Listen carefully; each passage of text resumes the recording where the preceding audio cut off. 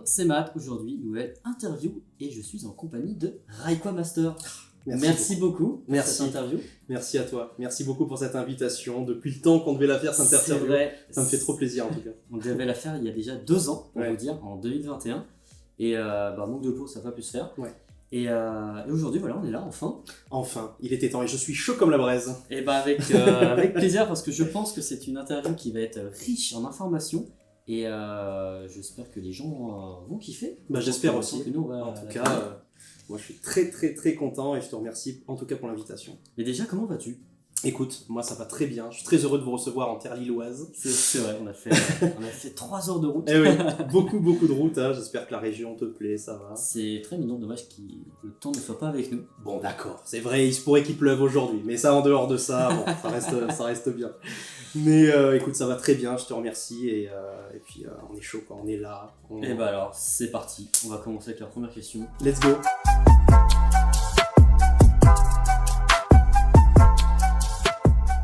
Présente-toi, qui es-tu ? Eh ben écoute, je m'appelle Mathias, j'ai 28 ans, je suis plus connu sous le nom de Raikwa Master, c'est mon pseudo sur YouTube depuis 2011, à peu près 2011-2012, mais j'avais ce pseudo déjà avant, puisque j'ai un compte eBay depuis 2007-2008, où je m'appelais déjà Raikwa Master, et je suis collectionneur essentiellement de cartes Pokémon depuis entre 15 et 20 ans, on va dire, une bonne quinzaine d'années, mais disons que j'ai commencé à ouvrir des cartes un petit peu comme tout le monde au début des années 2000, et je suis collectionneur, on va dire, à plein temps depuis 2007, quoi.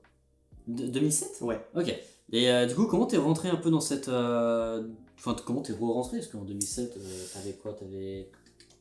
J'avais 13 ans. 12-13 ans. Ouais, c'est ça. Et ben en fait, j'ai jamais vraiment quitté le navire, c'est-à-dire que quand j'étais jeune, les cartes Pokémon, mais pas que, les jeux vidéo aussi, c'était véritable passion. Pokémon a toujours guidé ma vie, en fait.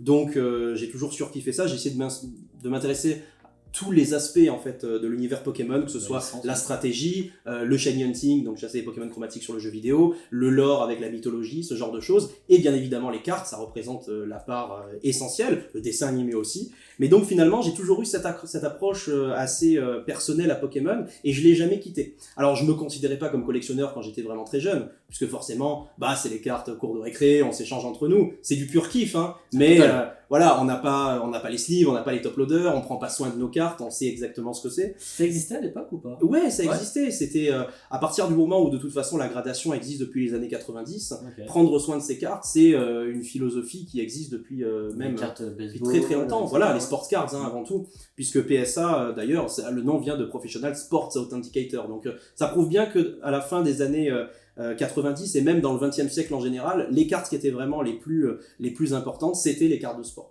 Cartes de baseball, de football américain, de basket, etc. C'est vraiment une religion aux États-Unis. Et nous, c'est vrai qu'on était moins coutumiers du fait quand même en Europe, parce que les véritables TCG, c'est arrivé avec Magic, ce genre de choses. Mais mine de rien, c'est très tardif Magic par rapport 95, c'est même avant. Hein. 90, Magic, je pense que c'est 90 dans ces eaux-là. J'avais 2 dates en tête. Ouais, je pense que c'est 90. Je suis pas expert, donc je pourrais pas dire, mais je pense que c'est des années 90. Et donc finalement Pokémon, pour répondre à ta question, j'ai jamais quitté le navire, j'étais pas collectionneur mais j'étais kiffeur Pokémon quoi. Et à partir de 2006-2007, j'ai commencé à comprendre non pas que les cartes avaient une valeur financière énorme, mais en tout cas que c'était des objets de collection. Et que à ce titre, il fallait en prendre soin de la même manière que tu prendrais soin. 12-13 ans, t'as eu... Ouais, assez tôt. Mature, assez tôt, c'est vrai, parce que également j'ai rencontré, tu vois, certaines personnes. Je commençais à regarder quelques vidéos aussi sur YouTube, pas forcément de grands collectionneurs. De YouTube, ouais, il y a quand même du contenu qui existait déjà. Okay. Sur Pokémon en France, moi en gros, je suis arrivé vraiment avec le forum Shiny Hunters qui existait depuis 2007-2008. Avec les premiers noms qui étaient là, comme Maître Armand, etc.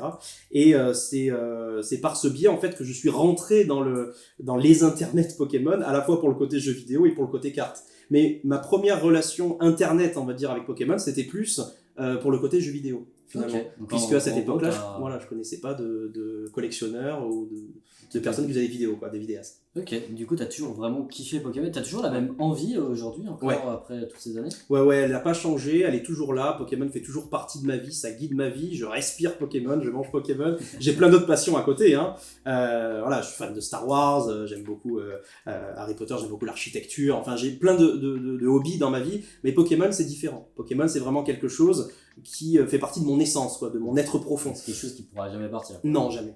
Et Vraiment quand jamais. touche un peu tes proches de tout ça, enfin, je sais pas s'ils ils connaissent un peu cette passion Ouais. qui est vraiment très, très importante. Ouais. Alors, bizarrement, dans mes années collège, c'est-à-dire le moment où en général la plupart des gens lâchent un petit peu Pokémon, parce que c'est l'âge bête, c'est le moment des moqueries, on dit ah tu joues à Pokémon, viens on va faire un FIFA plutôt, c'est quand même mieux. Là, on a tous eu. Moi je l'ai vécu différemment cette période, c'est-à-dire que la plupart des gens ont délaissé Pokémon par habitus en fait, hein, le fait que dans notre groupe social tout le monde délaisse Pokémon, bah toi aussi tu finis par le délaisser, c'est la manière dont fonctionnent les gens en général. Moi ça m'a pas fait quitter Pokémon, mais par contre je me suis beaucoup refermé sur moi à ce moment-là. Ça a été ma manière de me protéger, ma carapace en fait. Et donc j'en parlais très peu autour de moi. Mes amis n'étaient pas vraiment au courant, et même ma famille, bon ma mère voyait bien ce que je faisais, j'habitais chez elle, donc elle voyait mes cartes, ce genre de choses, mais même à mon cercle proche de famille, j'en parlais pas. C'était quelque chose de très personnel. Je sortais de l'école le soir du collège, je jouais à mes jeux vidéo dans mon coin, et j'en parlais pas autour de moi. Mais j'ai pas arrêté pour autant. Je continue à collectionner, je continue à ouvrir des boosters, je continue à jouer aux jeux vidéo, mais c'est pas quelque chose que je partageais autour de moi, même mes proches ne savaient pas trop. D'accord, parce que c'est vrai que pour le coup j'avais un peu cette même approche que toi, genre quand un groupe de potes, Ouais. t'es pas trop dans Pokémon, moi du coup j'étais pas trop dans Pokémon non plus, mais j'avais toujours un peu cet aspect, j'adore la licence, et je jouais beaucoup aux jeux vidéo, donc moi à l'époque c'était la fin Rouge Feu Vert Feuille, Emeraude, enfin Ruby, Saphir, Emeraude, et l'apparition de Diamant et Perle aussi. Et je sais qu'on a énormément joué avec mon meilleur pote, qui est toujours actuellement mon meilleur pote. Et du coup, on était tous les deux. Tu vois, oui, c'est ça. Au collège ou au lycée, enfin plutôt au collège, on n'en parlait pas. Oui, pas au reste du groupe. Et chez nous, on jouait, on se retrouvait, on jouait la D jusqu'à je sais pas quelle heure. Et, voilà, je te comprends tellement. Voilà. Donc, mais t'as jamais eu honte de collectionner? Non, honte non. Honte jamais. On avait beau me dire que c'était pour les gamins, on avait beau me dire que il serait temps que je passe à autre chose ou ce genre de phrase, j'ai jamais eu honte. Comme pour moi c'est un automatisme en fait, c'est tellement naturel d'aimer Pokémon, tellement naturel de respirer, de vivre via cette licence, que finalement je peux pas ressentir de honte, parce que si j'avais ressenti de la honte sur Pokémon, c'est comme si j'avais ressenti de la honte pour ma propre vie. Ouais. Donc c'est quelque chose qui était même pas envisageable, quoi. Ok, et du coup qu'est-ce que tu collectionnes aujourd'hui? Alors beaucoup de choses. Ça c'est j'ai beaucoup de fois cette réponse. Ouais. Avec un peu plus de précision, s'il te plaît. Avec un peu plus de précision. Alors écoute, je collectionne essentiellement le Block-X, c'est mon cœur de collection. Moi, ma particularité par rapport à beaucoup d'autres personnes, c'est que je collectionne les 3 langues principales. À la fois le français, le japonais et l'anglais. Okay. Voilà. Donc vraiment, ça peut être compliqué en termes de budget parfois, parce que forcément avoir 3 exemplaires d'une même carte, c'est pas donné à tout le monde, c'est pas évident, surtout sur certaines cartes, mais j'essaye autant que faire se peut de collectionner ça. Donc ça va être surtout les stars. Les stars, ce sont mes cartes préférées de tout le TCG, c'est les stars mes préférées, donc mon but c'est vraiment de toutes les avoir en 10, que ce soit en français. Alors en français, le 9 me va très bien, pas de souci. Mais en anglais, en japonais, par contre, je vais les collectionner en PS à 10, toutes les stars qui existent. Il y a plus de stocks. Il y a plus de stocks, c'est plus facile à trouver. En japonais, c'est pas forcément le cas pour pour certaines. Non, c'est même pas ça, c'est surtout pour les promo play, quoi. Okay. Pour Mantaline, Octalistar, tout ça. C'est qui pique un peu plus. Voilà, c'est ça. Mais de manière générale, sur l'anglais, sur le japonais, j'essaye quand même de collectionner que le PS à 10. Français, comme forcément on a moins de stock, j'ai mes propres cartes de ma collection, donc c'est celles que j'ai envie de garder, et elles ne reviennent pas forcément toutes 10, c'est normal, c'est évident, même si je les ai tirées de booster. Donc je me contente très bien du 9 en français. Mais sinon, c'est vrai que le cœur de ma collection, c'est le gradé. Moi, j'ai eu la chance de beaucoup ouvrir dans toute ma vie de boosters, de displays, de choses comme ça. Donc maintenant, en fait, garder scellé, c'est pas quelque chose qui va m'intéresser plus que ça. J'ai du scellé dans ma collection. On y reviendra peut-être plus tard. Il y a plusieurs questions. Voilà. Dessus, ouais. Mais c'est pas le cœur de ma collection, c'est pas ce qui me fait vibrer. Moi, je suis là pour Pokémon pour les illustrations. Okay. Je suis là pour les dessinateurs. J'aime Atsuko Nishida, j'aime Kagemaru Himeno, j'aime Fukuda, j'aime Koki Saito. Donc, c'est pour ces illustrateurs que je suis là. Je suis pas là pour, on va dire, du carton, alors que les cartes, c'est du carton. Mais avant tout, c'est un dessin. C'est l'histoire et tout. Et oui, c'est ça. Il y a quelque chose derrière. Voilà, c'est ça. De la carte. Ceux qui collectionnent, par exemple, des tableaux, de l'art, de la sculpture, etc. On peut, c'est qu'une toile. Ben non. Il y a la toile, mais il y a dessus ce que tu dessines sur la toile. Artistique. Exactement, voilà. Et donc moi, ce qui m'intéresse, c'est ça, c'est collectionner pour les illustrateurs. Ce sont eux qui me font vibrer. Je m'intéresse à leur biographie. Je m'intéresse vraiment à ce qu'ils ont fait dans leur vie, leur style, leur manière d'appréhender l'art, leurs influences aussi beaucoup. Parce qu'il y en a énormément qui s'intéressent justement à l'art néerlandais, que j'aime énormément, avec le clair-obscur, Rembrandt, même le Caravage pour les Italiens. Et ça, c'est des artistes qui me parlent énormément. Et je sais que parmi les plus connus, comme Arita, comme Saito, etc., beaucoup utilisent justement ces influences. De la peinture de la Renaissance, de la peinture du XVIIe, du XVIIIe, et ça c'est quelque chose que je trouve fascinant. C'est pour ça que Pokémon, que les cartes Pokémon en tout cas sont aussi intéressantes. D'accord, mais c'est fou de voir une personne comme toi autant investie dans tout ça. C'est magnifique. Et on va revenir un peu sur l'aspect YouTube, mais tu parles aussi un peu de tout ça sur YouTube. J'essaye. Tu fais des présentations de cartes, de certains Pokémon. Mais voilà, on va revenir un petit peu plus tard, vous inquiétez pas, l'aspect YouTube va ressortir. De quoi es-tu le plus fier dans ta collection ? C'est une question difficile. Ah, je sais. C'est une question très difficile. En fait, ce qui est difficile, c'est d'isoler un item. Voilà. Très très difficile d'isoler un item. Alors, je préfère le faire par catégorie. Je t'en prie. Tu vois. Alors, ce dont je suis le plus fier en termes de rareté pure, je pense que ça va être le Mentally Promoplay, 40 000 points, donc tournoi Promoplay, pour ceux qui ne le savent pas, c'est un tournoi qui avait lieu au Japon, grosso modo entre 2003 et 2007, ça avait lieu l'été, et c'est un tournoi où en fait on accumulait les points assez difficilement. Quand tu gagnais un match, je crois que tu gagnais seulement 50 points, etc. Donc ça montait très très difficilement, il fallait vraiment tryhard le tournoi, sur toutes les années pour arriver à accumuler des points. Et lors de la campagne 2005, tu pouvais avoir Mentally ou Noctali Promoplay, donc 40 000 points et 70 000 points pour ces deux cartes-là. Donc forcément, elles avaient été éditées en très très peu d'exemplaires. Vu la difficulté d'acquérir ce nombre de points, nécessairement il y en avait très peu. Et moi j'ai eu la chance d'obtenir cette carte par une collectionneuse britannique qui est plus trop dans le milieu, je crois, elle s'appelle Samantha Evie in Space, et c'est vraiment un coup du destin parce que ça s'est fait en août, pour la période de mon anniversaire, en août 2019 je crois, une période où j'avais un petit peu d'argent de côté. Et une période où il lui arrivait un problème et elle était obligée de se séparer de cette carte. Les astres se sont alignés. Les astres se sont alignés et c'était une dinguerie. Et j'ai pu acquérir cette carte que je pensais pas avoir un jour, à une époque où elle valait pas du tout le prix qu'elle vaut maintenant. Tu l'as eu à combien ? Je l'ai eu à 7000 livres. Ok, 7000. Je l'ai eu à 7000 combien livres. En euros à peu près ? Ça fait à peu près 8500, 9000 euros, je dirais. Et aujourd'hui, on est plutôt sur une gamme de... On est entre 60 et 65 000 à peu près. Ah oui. Voilà. Ok, c'est une très belle évolution pour ce genre. Elle était déjà dégradée quand tu l'as eu ? Ouais, elle était déjà PSA 10. Bon, ça va. Ouais, elle était déjà PSA 10. Le boulot était fait. Tout à fait. Super. Donc voilà, ça c'est en termes de rareté, on va dire c'est le genre que je suis plus fier. Et puis sinon, en termes de cœur, les cartes dont je suis le plus fier, c'est mes Rayquaza Star, bien sûr, parce qu'ils ont une histoire avec moi, parce que c'est une carte qui m'a suivi tout au long de ma vie de collectionneur. Et outre la rareté, il y a aussi cette fierté, cette beauté, cette majesté, cette grâce incarnée par le Pokémon qui me font vibrer à chaque fois que je vois ces cartes-là. Tu tiens beaucoup à cette Donc, illustration de Rayquaza. Ah, énormément. Énormément. Ouais, énormément. Alors, on va revenir. La partie 3 sera consacrée uniquement à Rayquaza. Ah alors je laisse Rayquaza tranquille pour l'instant. C'est ça. Pour le coup, tu me parlais des ultras que tu collectionnes uniquement en gradé. Ouais. Pourquoi le gradé ? Alors pourquoi le gradé ? Parce qu'en fait, il faut remonter à 2010. 2010, donc c'est une époque où je collectionnais déjà, mais uniquement en classeur, donc mes cartes françaises. Et d'ailleurs, je ne m'intéressais pas aux cartes internationales. Cartes anglaises, japonaises, tout ça, je connaissais uniquement très peu, uniquement le français.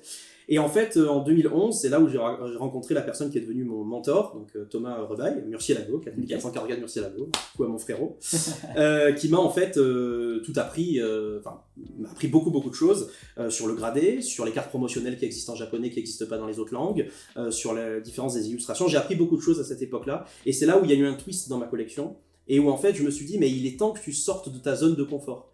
il est temps que tu sors de ta petite collection dans ta chambre et que tu te mettes Pokémon, tu respires Pokémon, donc ouvre-toi aux autres. Tu vois, un petit peu comme dans un animé où tu regardes l'horizon comme ça avec la mer au loin et il faut y aller quoi. Bah, t'es le petit Sacha, 10 ans, qui part partout. C'est ça, exactement, c'est exactement ça.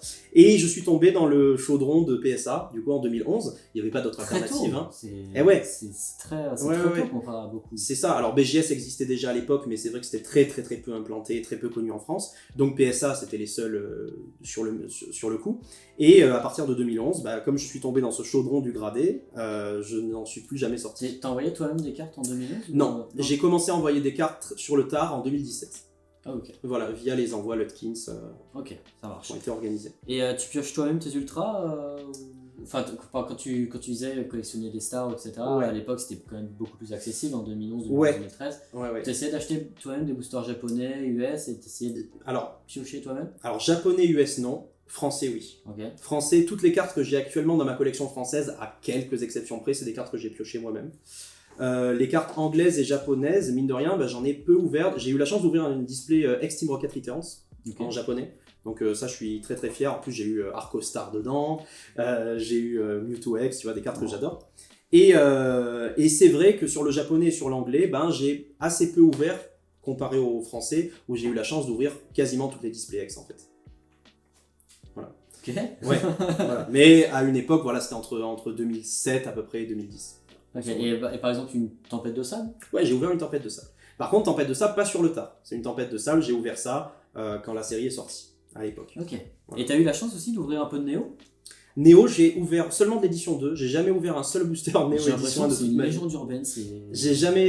Et puis même avant que Neo Genesis n'arrive, je ne connaissais pas. Enfin, je n'avais jamais vu de booster Néo édition 1. Du coup, tu collectionnes vraiment pas du tout le Wizard? Ah si beaucoup. C'est vrai que après j'ai été, j'ai pas rebondi sur la question que tu m'avais posée sur qu'est-ce que tu collectionnes. J'avais seulement dit, les stars, tu sais, alors qu'en fait pas du tout. Genre j'adore le Wizard. Je suis un grand fan de Neo et E-Series, plutôt la deuxième partie du Wizard. Les premières séries j'aime bien, mais pour moi ça me manque cruellement d'originalité et de volonté de puissance pour parler comme Nietzsche. Tu vois, ça manque. Des illustrations. Ouais, pour moi, en fait, si tu veux, il y a tellement de choses qui ont été faites, qui ont été tentées par les différents éditeurs, donc Wizard of the Coast et ensuite Asmodee, Nintendo, etc. Tellement de choses qui ont été tentées en termes d'illustration, en termes de posture, en termes de pose, de couleur, d'environnement, de dynamisme aussi d'illustration. Moi, je suis assez réceptif à ce genre de choses, tu vois. Et donc, forcément, j'adore par exemple le travail de Ken Sugimori, qui est... Sans Ken Sugimori, Pokémon ne serait pas du tout ce qu'il est aujourd'hui. C'est un des piliers fondateurs. Sugimori est historique, il a travaillé avec Satoshi Tajiri dès les tout débuts. Bien sûr, Nishida aussi, même si Nishida, son rôle est un petit peu secondaire. Mais Sugimori, c'est à lui qu'on doit les designs originaux. Enfin, c'est incroyable ce mec. Malgré tout, forcément, je vais un petit peu moins aimer les dessins de Sugimori dans le TCG. Pourquoi ? Parce que c'est simplement les dessins qu'il a fait normaux, pour le Pokédex par exemple, tu vois, les dessins classiques, les artworks officiels finalement. Et pour le coup, c'est ce que j'adore. Je comprends, tu vois, je comprends. Mais moi j'ai envie de me dire, ces dessins-là, ces artworks-là, tu les vois dans le jeu vidéo, tu le vois dans le Pokédex. Et si tu collectionnes le TCG, quelle est la raison pour laquelle toi tu collectionnes le TCG ? Je me pose la question, tu vois.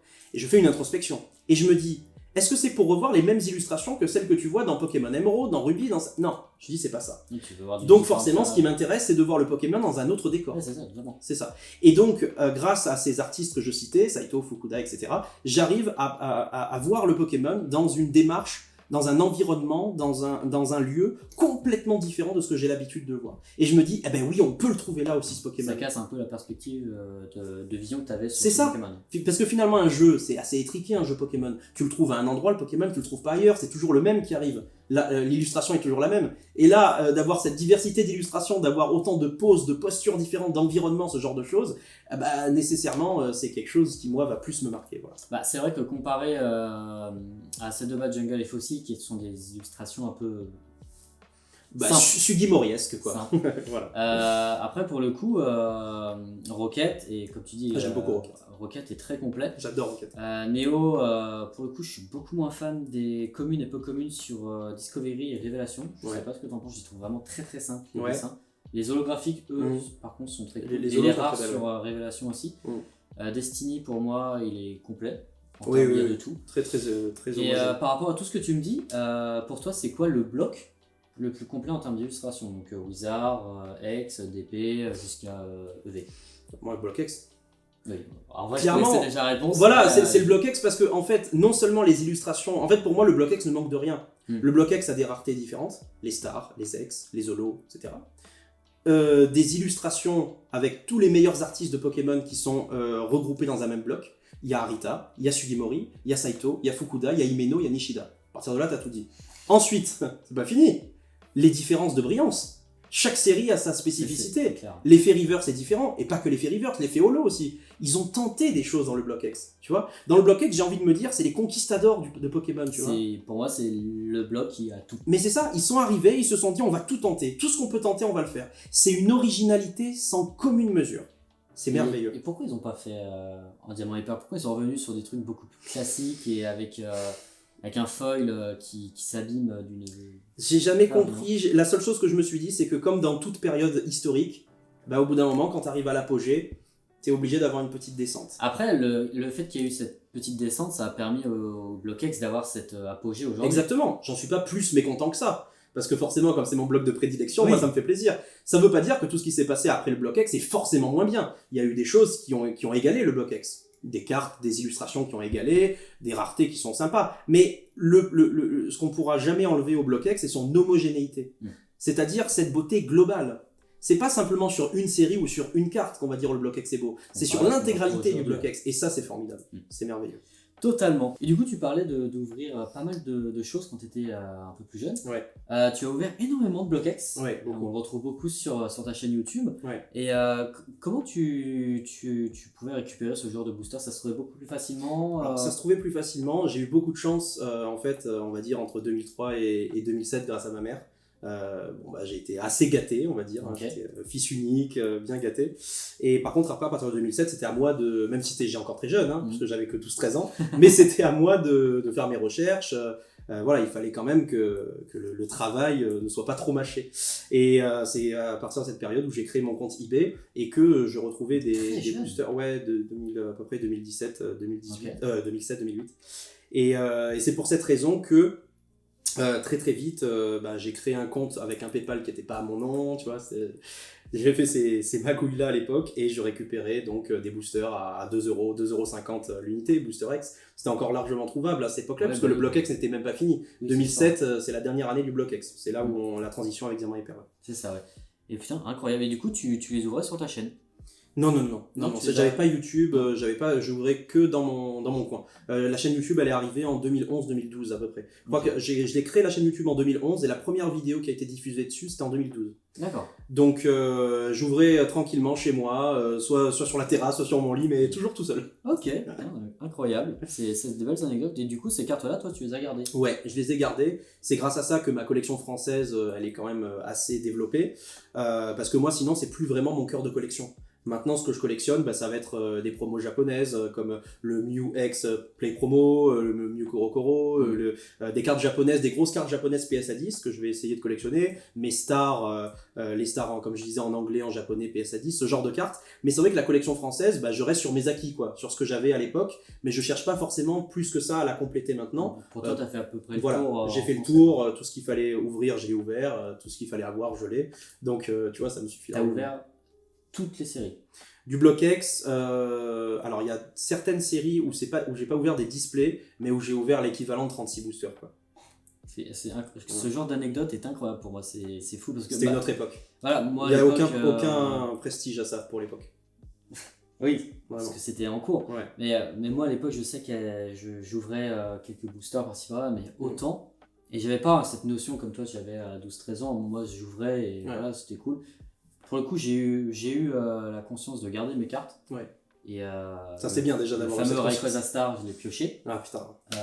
Je l'ai encore, c'est ma carte qui est dans mes stars. Je ne pourrais pas m'en séparer étant donné l'histoire que j'ai derrière. Mais pareil comme d'autres stars, du Metalos, du Rayquaza, du Metalos du Voltali, pardon, du Groudon ou du Kyogre, je sais plus, l'une des deux. Et je crois que c'est tout. C'est déjà pas mal, hein. C'est déjà bien. Pour quelqu'un qui avait son petit booster par mamie le mercredi, ou de temps en temps quand j'étais sage, à la sortie de l'école ou après une bonne note. Bah voilà.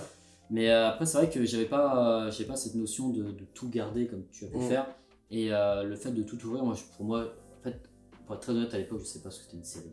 Je savais que les cartes étaient différentes au niveau des boosters, mais je ne savais pas ce que c'était une série. Oui, on se rendait pas forcément compte. Bah, tu vois, quand j'ai appris l'existence de plusieurs séries quand j'ai repris la collection en 2015. D'accord. Genre, c'était très tard, genre, je devais avoir 19 ans. Ah oui, mais en même temps, si t'es pas dans le milieu, tu veux pas l'apprendre. C'est ça, j'étais surtout dans les jeux vidéo, je sais ce que c'était une carte, etc. Mais je sais qu'il y avait des visuels différents. Mais une série, je sais pas du tout ce que c'était.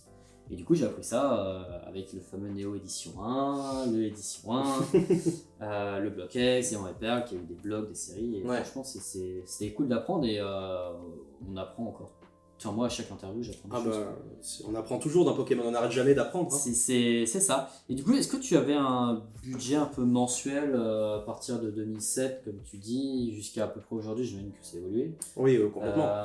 Et genre, une petite comparaison entre l'époque et aujourd'hui. Bah, en gros, à l'époque, c'est simple. Mon budget, c'était une display tous les 3 mois. Une série, ça sort grosso modo tous les 3 mois. Bah, mon budget, c'est déjà très bien hein, pour l'époque. Mais mon budget se limite à ça. Donc, en gros, une display, c'était entre 100 et à peu près une centaine d'euros, on va dire. Et donc, c'était mon budget tous les 3 mois quand j'étais petit. Mais c'était déjà énorme, parce que ça veut dire 100 euros, ça veut dire 33 euros par mois, tu vois. Donc, ça veut dire que ma mère, déjà, elle me mettait bien. Et après, à partir de 2010-2011, quand j'ai commencé à avoir de l'argent pour moi, puis que voilà, c'était un petit peu plus facile aussi d'avoir une collection, rien qu'avec les ventes, échanges, etc. Ça a un petit peu évolué au fur et à mesure, c'était plus dans les 300-400 euros mensuels. Et puis voilà, là maintenant, il y a une partie du budget mensuel qui va dans la gradation.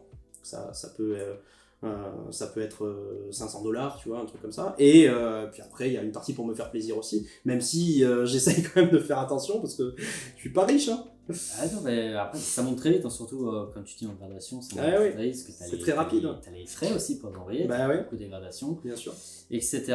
Et du coup, tu disais que tu récupérais pas mal de choses sur eBay. Est-ce que tu t'es fait aussi un petit stock ou tu ouvrais vraiment systématiquement? Est-ce que tu as été conservateur du scellé sans vraiment scellé, j'ai gardé en gros les boosters du Block X en scellé. Là, en Tempête de Sable, j'en ai plus que 2. Et Espèce Delta, j'en ai plus du tout. Mais sinon, toutes les autres séries du Block X, j'ai complété, j'ai les art sets. Mais de l'époque, hein, encore une fois, ça, enfin de l'époque. Du coup, c'est ça que tu avais acheté. Ça, c'était pas de 2007 ou 2008, tu vois. Ça c'était dans un deuxième temps, c'était plus 2015-2016, grosso modo. À l'époque, voilà, c'était 20-25 euros. Bon, 2016, on était déjà à 30-40 euros les boosters X. Hein. Mais c'était. Aujourd'hui, ça allait, mais à l'époque, ça disais, putain, ça vient de moi. C'est clair. Et sinon, en Wizard, j'ai du Genesis Edition 1. De la fameuse display. Voilà. J'ai set de base, tout ce qu'il faut. J'ai la display, j'ai les blisters, etc. Fossil, j'ai les 3 boosters en édition 1. Jungle, les 3 boosters en édition 1. J'ai un blister Rocket. J'ai l'Art Set Aquapolis. J'ai 2 boosters Expédition. Je crois que c'est tout. Et du Destiny édition 2. Voilà. Ok. L'Art Set aussi. Ouais. Ok. Et pourquoi ne pas avoir toutes les illustrations du Block X? Genre, tu disais Espèce Delta, tu l'avais pas? Ouais, je l'avais avant, et puis je l'ai vendu. Okay. Voilà. Parce qu'encore une fois, le scellé, c'est vrai que j'aime bien, mais c'est clairement pas ce qui va me faire vibrer.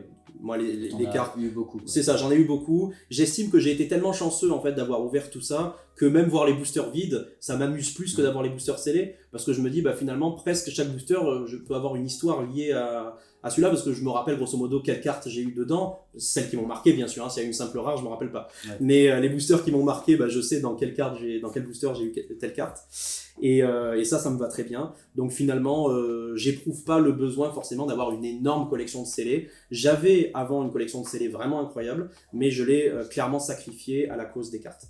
Comme tu t'es aussi fait plaisir aussi sur YouTube. Ouais, clairement. Parce que c'est pour ça aussi que beaucoup de monde te connaisse. Oui. C'est une légende. Pas mal d'ouvertures. Légende, je sais pas, mais j'ai fait beaucoup d'ouvertures. Au titre de beaucoup de collectionneurs à qui je parle, Rayquaza Master.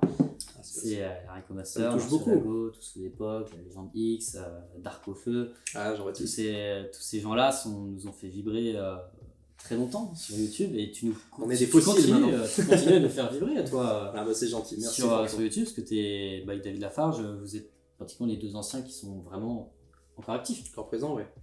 Et du coup, pour parler un peu de cette on va dire, évolution en termes de ta collection entre 2007 et on va dire 2015 quand tu as réellement repris, comment comment tu as ressenti un peu cette vision au niveau de la montée des prix du BlockX, parce que du coup tu continues d'acheter sur eBay. Ouais. Mais comment tu avais cet aspect de putain, mon booster Kyogre de X Emerald, il est passé de 2€ à 40€. Ouais. Genre comment t'as perçu un peu cette évolution des prix? Pendant très longtemps, je pensais pas que ça serait définitif. Okay. En 2011, 2012, 2013, ça montait, je me disais, oh là là, bon, il y a un truc que je comprends pas, il y a un élément, mais ça va très vite, on va très vite revenir sur les prix d'avant. Je sais pas pourquoi, j'arrivais pas à me faire à l'idée que au fur et à mesure, la rareté augmentant, on pourrait pas revenir à des prix d'avant. Et puis bon, ça forcément à partir de 2015-2016, je l'ai définitivement compris, même avant l'arrivée de Pokémon Go, qui a été le premier coup de boost pour Pokémon en 2016, avant même la hype de 2020. Mais au départ, je le vivais vraiment en me disant, bon, ça va redescendre, les gens ils sont globalement matrixés par ça en ce moment, mais ça va, j'étais loin de me douter que ce qui allait arriver dans les années à venir. Ça c'est sûr. Et du coup, c'est jamais redescendu, il n'y a pas une petite... non. À travers ces années, ça a toujours été en continu? Disons qu'il y a souvent des corrections du marché dans Pokémon. Moi, j'aime bien comparer le hobby Pokémon à un escalier, c'est-à-dire que tu as des montées qui peuvent être plus ou moins fulgurantes, et ensuite tu as des périodes de stagnation. Sauf que les périodes de stagnation, tu peux avoir aussi des légères récessions, tu peux avoir des prix, c'est un peu en dents de scie, tu vois, mais c'est pas une stagnation. Parfois, tu as des corrections du marché vers le bas, et ensuite tu as à nouveau une montée, tu vois, c'est pour ça qu'il y a cette idée d'escalier. Mais c'est vrai que y a certaines cartes qui ont, ou certains boosters même, qui à une époque étaient très très hauts, ils sont redescendus pour ensuite mieux remonter après. Donc il y a aussi ce cycle dents de scie qui arrive dans Pokémon. Par exemple, la mémoire des boosters Fantomolon. Fantomolon, en 2010, les boosters valaient à peu près une quinzaine d'euros. En 2011-2012, si tu les achetais à plus de 10€, tu te faisais arnaquer complètement. Et après, c'est remonté en 2013. Et en 2014, c'est redescendu encore, tu vois. Donc, il y a vraiment cette idée, en fonction des arrivages, bien sûr, des stocks, de ce qu'on retrouve. C'est toujours lié à ça, bien sûr. Hein. On a vu ce qui s'est passé avec l'île des dragons, on a vu ce qui s'est passé avec Gardien du pouvoir, ce genre de série. Voilà, on a pu être témoin de ce genre d'événement. Mais dans Pokémon, il y a cette démarche d'escalier couplée avec parfois un phénomène en dents de scie quand même. C'est pas parce qu'un item est monté qu'il va rester haut définitivement ou que dans le pire des cas il va stagner. Aussi, hein. Alors set de base, ça c'est le pire exemple. Enfin, c'est l'exemple le plus incroyable. Ah oui, set de base jusqu'en... Ah non mais... set de base, moi ce qui me fait le plus rire, c'est que pendant 8 ans d'affilée, les boosters étaient à 15€ en achat immédiat sur eBay, personne ne les achetait. C'est ce que disait, j'en discutais aussi avec David Lafarge, il me disait, moi à l'époque je les achetais même 2-3$ aux États-Unis. Oui, bien sûr. 2010, 2011, 2012, 2013, 2014, il y avait Hypercat et compagnie qui mettaient les boosters set de base en achat immédiat sur eBay à 15€, personne n'en voulait. Trié ou non trié, on s'en fichait, personne voulait de ça. C'est après d'un coup que ça a explosé. Alors mais c'est vrai que ça a sacrément augmenté et pour le coup ça s'est un peu cassé la gueule aujourd'hui, je pense de moitié comparé à la grosse hype, mais ça reste quand même toujours un peu cher parce que ça reste toujours une série mythique. Oui, bien sûr. Car voilà. Ils l'ont remis à sa juste valeur d'après ce qu'on voit. À quel moment est venue la notion de trier et non trier? Alors ça c'est venu assez tard. Ça c'est venu avec les groupes, ça figure-toi, avec les groupes Facebook. Comme j'ai eu la chance d'ouvrir tout ça, moi je triais pas, ça m'intéressait pas, juste j'ouvrais les boosters, et même ça faisait partie de mon plaisir de choper des rares. Parce que je me disais, ça a augmenté, c'est comme les shiny en fait, tu vois. Moi, beaucoup de gens me disent, mais pourquoi tu n'optimises pas ta probabilité d'avoir un shiny? Maintenant, tu sais, dans les jeux, tu as des moyens d'avoir des shiny en une chance sur 64, le charme chroma, ce genre de choses, tu vois. Et les gens me disent, mais pourquoi tu persistes à chasser en une chance sur 8192 des anciennes générations? Et je dis, parce que moi, ce qui m'intéresse, c'est pas de trouver les shiny. Ce qui m'intéresse, c'est la chasse en elle-même, de partager ça en stream, de kiffer ma vie. Et le jour où le shiny arrive, je suis d'autant plus content. C'est pareil avec les cartes. Quand je chope une ultra, ma joie est décuplée grâce au fait que j'ai chopé des rares pendant 10 boosters avant, tu vois. Donc finalement, c'est ce que tu veux dire. Voilà, ça venait pas. Cette idée de tri, c'est pas quelque chose qui me marquait. Et avec les groupes Facebook, j'ai vu des publications arriver un petit peu en 2016-2017. Je me suis dit, ok. Et du coup, toi, t'en penses quoi de ça? Au début, c'était mal vu. Au début, c'était très très mal vu. C'était une pratique qui était très obscure. Maintenant, je pense que, étant donné qu'on est dans une époque où de toute façon ces objets c'est plus de la collection que de simples paquets de cartes, ça me paraît totalement légitime, puisque les quantités sont de toute façon tellement limitées, les stocks sont de toute façon tellement rares, que c'est comme si, je sais pas moi, t'achetais un tableau avec une housse dessus et qu'on te disait ça peut être un De Vinci, ça peut être un Rembrandt, ça peut être un Picasso, ça peut être un Monet, on sait pas trop, on te met le truc dessus, tu prends un petit peu ce que tu veux. c'est compliqué dans le marché de l'art si tu fais ça, tu vois. Donc le fait qu'on ait absolument toutes les informations sur le booster, je trouve que c'est très important, d'autant plus dans un monde où le recollé est de plus en plus important. Okay. Maintenant que le recollé fait partie intégrante malheureusement et qu'il faut apprendre à reconnaître un booster recollé, je pense que c'est d'autant plus crucial de peser les boosters. Parce que parfois tu peux aussi reconnaître un booster recollé à sa masse, si c'est mal fait. Voilà.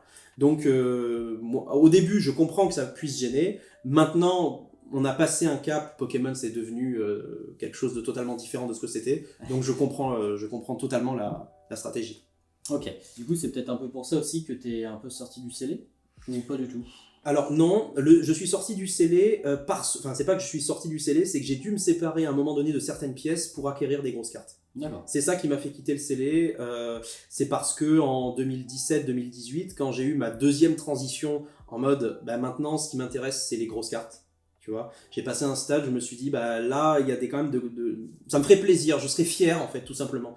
Les illustrations je les aime beaucoup mais c'est aussi par fierté, parce que je me suis dit ça me rendrait fier d'avoir ces cartes là, et donc à ce moment là je me suis dit il faut que tu fasses un choix, soit tu gardes ton scellé, les cartes tu vas pas les vendre. Dans tous les cas, un peu sa zone de confort comme tu dis. C'est ça, sortir de sa zone de confort, mais les cartes je peux pas me permettre de les vendre. Donc forcément il fallait faire un choix. Et quand j'ai commencé à acquérir certains Rayquaza, mais pas que, des cartes aussi du Neo Edition 1, français, PSA 9, des trucs comme ça, de très, très grosses cartes, les stars anglaises, japonaises, PSA 10 et plein d'autres exemples, j'ai dû revendre du scellé parce que je pouvais pas sortir cette somme tout simplement en dehors de Pokémon. Donc il a fallu faire des choix, j'ai revendu un booster Tempête de Sable, j'ai revendu mon Art 7 Espèce Delta, j'ai revendu ma display Fantomolon US, j'ai revendu énormément de displays que j'avais aussi, tu vois, et ça m'a permis, et je le regrette pas, ma display Fantomolon US par exemple, elle m'a permis d'acheter mon 3e Rayquaza. Et quand tu vois le comparatif des prix maintenant, je suis content de l'avoir fait.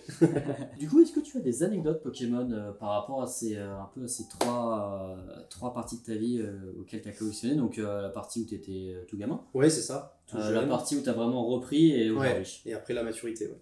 Alors la première... La maturité, tu l'avais quand même déjà très tôt. Hein. Ouais, quand même pas. Non, la première anecdote qui vraiment me vient en tête, c'était justement lorsque la série Ex-Dragon est sortie. Donc ça devait être en 2003, je crois, je devais avoir 8 ans, tu vois. Et à ce moment-là, j'avais pas trop conscience des raretés de cette série. Je commençais à voir qu'il y avait des ex, dans cette période que les gens semblaient appeler le Bloc X, mais à cette époque, tu vois, c'était pas encore trop de notoriété publique que ça s'appelait le Bloc X. Et premier booster que j'ouvre, je tombe sur le Dracofeu. Donc la 100 sur 97, okay, Dracofeu secrète de Dragon. Moi je vois un Dracofeu, je me dis trop bien, j'aime bien le Pokémon, mais j'étais absolument pas familier avec le concept de secrète. Pour moi c'était simplement une holo classique. Une holo classique. J'ouvre ça, plus un booster que ma mère m'avait acheté, je dis oh il est beau hein. Ma mère me dit oh oui il est bien, il est bien. Je le mets dans mon classeur, je l'amène le lendemain à l'école, et tout le monde a fait des yeux comme ça devant cette carte. Et je comprenais pas pourquoi. Je me disais, oui, mais c'est Dracofeu, mais les gars, on en a vu des Dracofeu. On vient à peine de sortir d'une série où il y a plein de Dracofeu. Il y avait mon Skyridge à l'époque, à cours de récré, il n'y avait pas parce que c'était anglais. Donc moi, j'ai jamais vu passer de carte Skyridge. Il y avait le Dracofeu d'expédition, le Dracofeu du set de base que tout le monde connaît. Enfin, tu vois, le Dracofeu obscur de Team Rocket. Et donc, forcément, je me suis dit, mais c'est un Dracofeu de plus, ça va, tu vois, parce que les gens, vraiment, ils faisaient des gros yeux. Et personne ne m'a vraiment dit que c'était une secrète, parce qu'il n'y avait pas de sigle, il n'y avait pas X. Pour moi, les cartes les plus rares du bloc X, c'était les X, tu vois. Je me dis, ça c'est juste une holo, c'est rien de ouf. Et donc, quelqu'un avait fini par me convaincre, et je lui ai échangé cette carte contre un Junko Holo de Ruby Saphir. Donc, moi, je pense que j'ai fait une bonne affaire, etc. Enfin, je suis content, tu vois, j'ai mon Junko, j'adore cette holo, je kiffe trop. Et le soir, mon ami de l'époque, qui était mon meilleur ami de l'époque, il me dit mais t'as fait une connerie et tout, t'as pas vu le numéro, j'ai quel numéro tu vois, j'ai pas la licence sur 97. Voilà. Là j'apprends qu'il y a des cartes qui peuvent sortir de la numérotation. Et finalement, le lendemain, j'ai réussi à le convaincre. Enfin, je lui ai dit en échanger. Ouais. Oh, mais non, j'ai réussi à le convaincre de rééchanger, mais il m'a dit ouais, mais j'étais trop content d'avoir cette carte, donc j'ai pas envie. On commençait à s'engueuler un petit peu et j'ai accepté en fait de lui donner une deuxième holo avec. Donc en gros, contre 2 holos, j'ai récupéré mon Dracofeu. Tu l'as toujours aujourd'hui ? Et je l'ai toujours. Je l'ai toujours. Donc ça, c'est vraiment ma première anecdote qui m'a fait prendre conscience de pas mal de choses dans Pokémon. Et c'est peut-être grâce à ça qu'ensuite, j'ai évité certains écueils, certains pièges de manière générale dans ce hobby, tu vois. Donc c'était du coup, une belle première expérience. Ah, ça maintenant c'est bon. Numéro, je maîtrise. T'as traumatisé ça. Ça, c'est bon. Après, deuxième gros souvenir que j'ai, ça va être un souvenir d'ouverture. C'est ma Displayx Deoxys. Puisque ma Displayx Deoxys, j'ai eu en 2 boosters consécutifs, Latias Star et Rayquaza X de la série. En 2 boosters consécutifs. Et franchement, c'était incroyable. C'était incroyable, pardon. Okay. C'était un souvenir impérissable. J'avais pas pioché le Rayquaza à cette époque-là. Quand la série X Deoxys est sortie, j'ai pas tout de suite eu connaissance de cette carte d'ailleurs, de ce Rayquaza. J'ai pioché le Latias, j'ai pioché le Rayquaza, c'est un des plus beaux souvenirs d'ouverture, donc ça devait être en 2006. Tu les as toujours ? Ouais. Okay. Le Latias Star maintenant il est, bon à l'époque je l'ai envoyé chez PCA, il est PCA 9,5, c'est le seul PCA 9,5 puisque l'autre a été decase et il n'était pas legit de toute façon. Le fameux, non c'est un 10 ou c'est un 9,5 ? En 10 il n'y a pas. Et c'est l'autre 9,5. Voilà, okay. C'est ça. Il y avait une marque sur... Ouais, c'est ça. Et moi, c'est vraiment des personnes que je connais dans la communauté française, en tout cas, personne n'a, comme moi, ouvert un Latias Star et l'a gardé dans cet état-là. Attends, du coup, tu parles que tu as ouvert ça en 2006 ? Ouais, et je l'ai gardé parce qu'à cette époque-là, je commençais à avoir les pochettes déjà. Okay. De 2006 jusqu'à... Ouais. Tu as fait grader quand ? Je l'ai fait grader en 2019. Attends, chez PCA. Pendant 13 ans ? Oui. Elle est restée sous top loader. Sous top loader dans ma Pokébox chez moi. La conservation que tu pouvais avoir à cet âge-là, elle est incroyable. Je la mettais simplement sous pochette et je la manipulais pas en fait. Et du coup, t'as compris que c'était ce genre de carte Ah oui, en 2007, oui. En 2007, pas du tout. Pour le coup, pour moi, Rayquaza Star, c'est juste une holo. Hein. Ah oui, non, en 2007, ça je connaissais. Je connaissais parce que j'achetais beaucoup de magazines aussi. Okay. Et j'achetais beaucoup de magazines et ils m'informaient sur la rareté. À l'époque, j'appelais pas les stars, j'appelais ça les Pokémon étoiles, moi. Je voyais une étoile. Et d'ailleurs, quand tu regardes les magazines, même les prospectus qu'il y avait à l'intérieur des films, choses comme ça, ils parlent tout le temps de Pokémon étoiles. Donc moi, pour moi, je me disais, oh les étoiles, putain, j'ai une étoile, c'est trop bien. Je réfléchissais vraiment comme ça. Donc ça, c'est un de mes plus beaux souvenirs d'ouverture. Voilà. Et il y a un autre souvenir d'ouverture, mais ça, j'en parlerai plutôt sur la période, le passage Rayquaza. Allez, bon, on imagine tous que tu as pioché Rayquaza Star. Voilà, donc on tease un peu. Voilà, mais ça c'est le plus beau souvenir d'ouverture de ma vie. Et sinon, la troisième anecdote que je pourrais raconter, qui vraiment, moi, m'a marqué de fou, c'est lorsqu'en brocante, j'ai trouvé mes 30 boosters ex-Emerald français scellés à 3€ pièce. Voilà.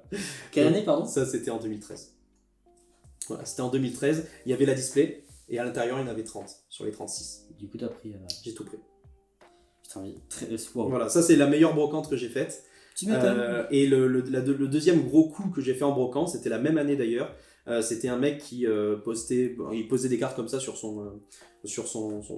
sa table. Et je lui ai demandé ce qu'il avait en rab chez lui. Il habitait juste derrière. Et il m'a fait monter chez lui. Et il avait un Léviator brillant édition 1 de Néo Révélation. Dans un état il avait un état magnifique. La carte elle était mint. Il n'a pas sorti lui-même de booster. Il m'a jamais vraiment trop dit comment il l'avait eu. Et je lui ai dit, est-ce que tu serais prêt, etc., à me l'échanger, parce que moi, Néo Révélation, j'adore cette série, je suis fan, ce qui était vrai, tu vois. Et finalement, en 2013, donc, il a bien voulu me la céder pour 80€. Et maintenant, je l'ai envoyé à la gradation à l'EPSNF. Putain, donc, en fait, t'es tombé vraiment sur des gens qui conservaient très bien leurs cartes, et même toi... Après, il y a 10 000 autres anecdotes où j'ai tombé sur des cartes bidons, tu vois. J'imagine en 11 ans déjà de collection. Mais ça, c'est mes 2 plus beaux souvenirs de brocante. Et incroyable. Et du coup, pour rester un peu sur ces souvenirs et ces items un peu prestigieux, quel est l'item le plus rare que tu aies vu ou le plus beau Alors, le plus rare que j'ai vu, pas de mes propres yeux, je l'ai loupé de peu, c'est les cartes Snap, donc le Pikachu Snap que Dubsy il a récupéré. Et t'en avais vu avant ? Non, j'ai pas vu, j'ai vu certaines Snaps, mais jamais le Pikachu, puisqu'on a retrouvé qu'un seul exemplaire, c'est Dubsy qui l'a récupéré. Nasser, donc Mr. Fuji, est allé le middleman au Japon, il l'a récupéré dans une boutique, il l'a ramené. Et moi je l'ai loupé de peu parce qu'on devait se voir et finalement j'ai pas pu être là, donc c'est pas une carte qui moi me marque profondément, je la trouve pas très très belle. Les cartes Snap, c'est simplement des photos du jeu, hein, tu vois. Donc mais historiquement et en termes de rareté, comment tu veux faire mieux ? Enfin, les 20 exemplaires ont été donnés directement au vainqueur, quoi, celui qui a pris la plus belle photo. Donc finalement pour moi c'est en termes de rareté, les autres trophies font difficilement mieux. Voilà. Après en termes de rareté, moi ça va être les N2, N3 sous socle de Romain notamment. J'ai pu tenir entre les mains, j'ai les photos d'ailleurs, tu pourras la passer si tu veux. J'ai pu tenir entre les mains une N2, donc c'est la Pikachu numéro 2 de 97, donc le tout premier tournoi, parce qu'en gros, pour ceux qui ne savent pas, mais il y a eu 3 tournois, 97, 98, 99, là où il y a Camex, Lizardon, etc. Et en fait, c'est les mêmes illustrations, mais on peut les différencier par rapport au texte quand même, hein. C'est pas le même kanji, c'est pas le même numéro en fonction de l'année. Et effectivement, les cartes les plus emblématiques, les plus prestigieuses, bah, ça reste 97. Les cartes de 97 forcément. Et bah, j'ai eu la chance, j'ai pas vu de N1, donc numéro 1, mais par contre j'ai eu le numéro 2 et le numéro 3, à la fois chez Nasser et à la fois chez Romain, y compris dans le socle d'origine. Et ça, bien sûr, moi, les trophies, je suis pas très fan. Il y en a deux que j'aimerais un jour avoir dans ma collection, les deux qui me font le plus vibrer. C'est une N2 justement du premier tournoi parce que ça a une histoire incroyable, et Trophy Kangaskhan parce que j'aime beaucoup cette histoire de tournoi parents-enfants, family child. C'est vraiment trop bien. C'est Vlaud qui a... Nicolas, ouais, Nico, il a tout à fait. Nico, il a son Kangaskhan qu'il avait récupéré en PSA 9 et qu'il a cross-grade chez CGC et que maintenant il est en 9,5. Ok. Voilà. Ça marche. Mais écoute, ça clôture cette première partie. Parfait. Sur un peu ce côté personnel et collection. Parfait. On va passer à la deuxième partie sur tout ce qui va toucher un peu les réseaux sociaux. Super. Donc sur tout ce qui est YouTube, Twitch, Vogt. Ouais. Et puis voilà. Ah bah nickel. Allez, on est impeccable.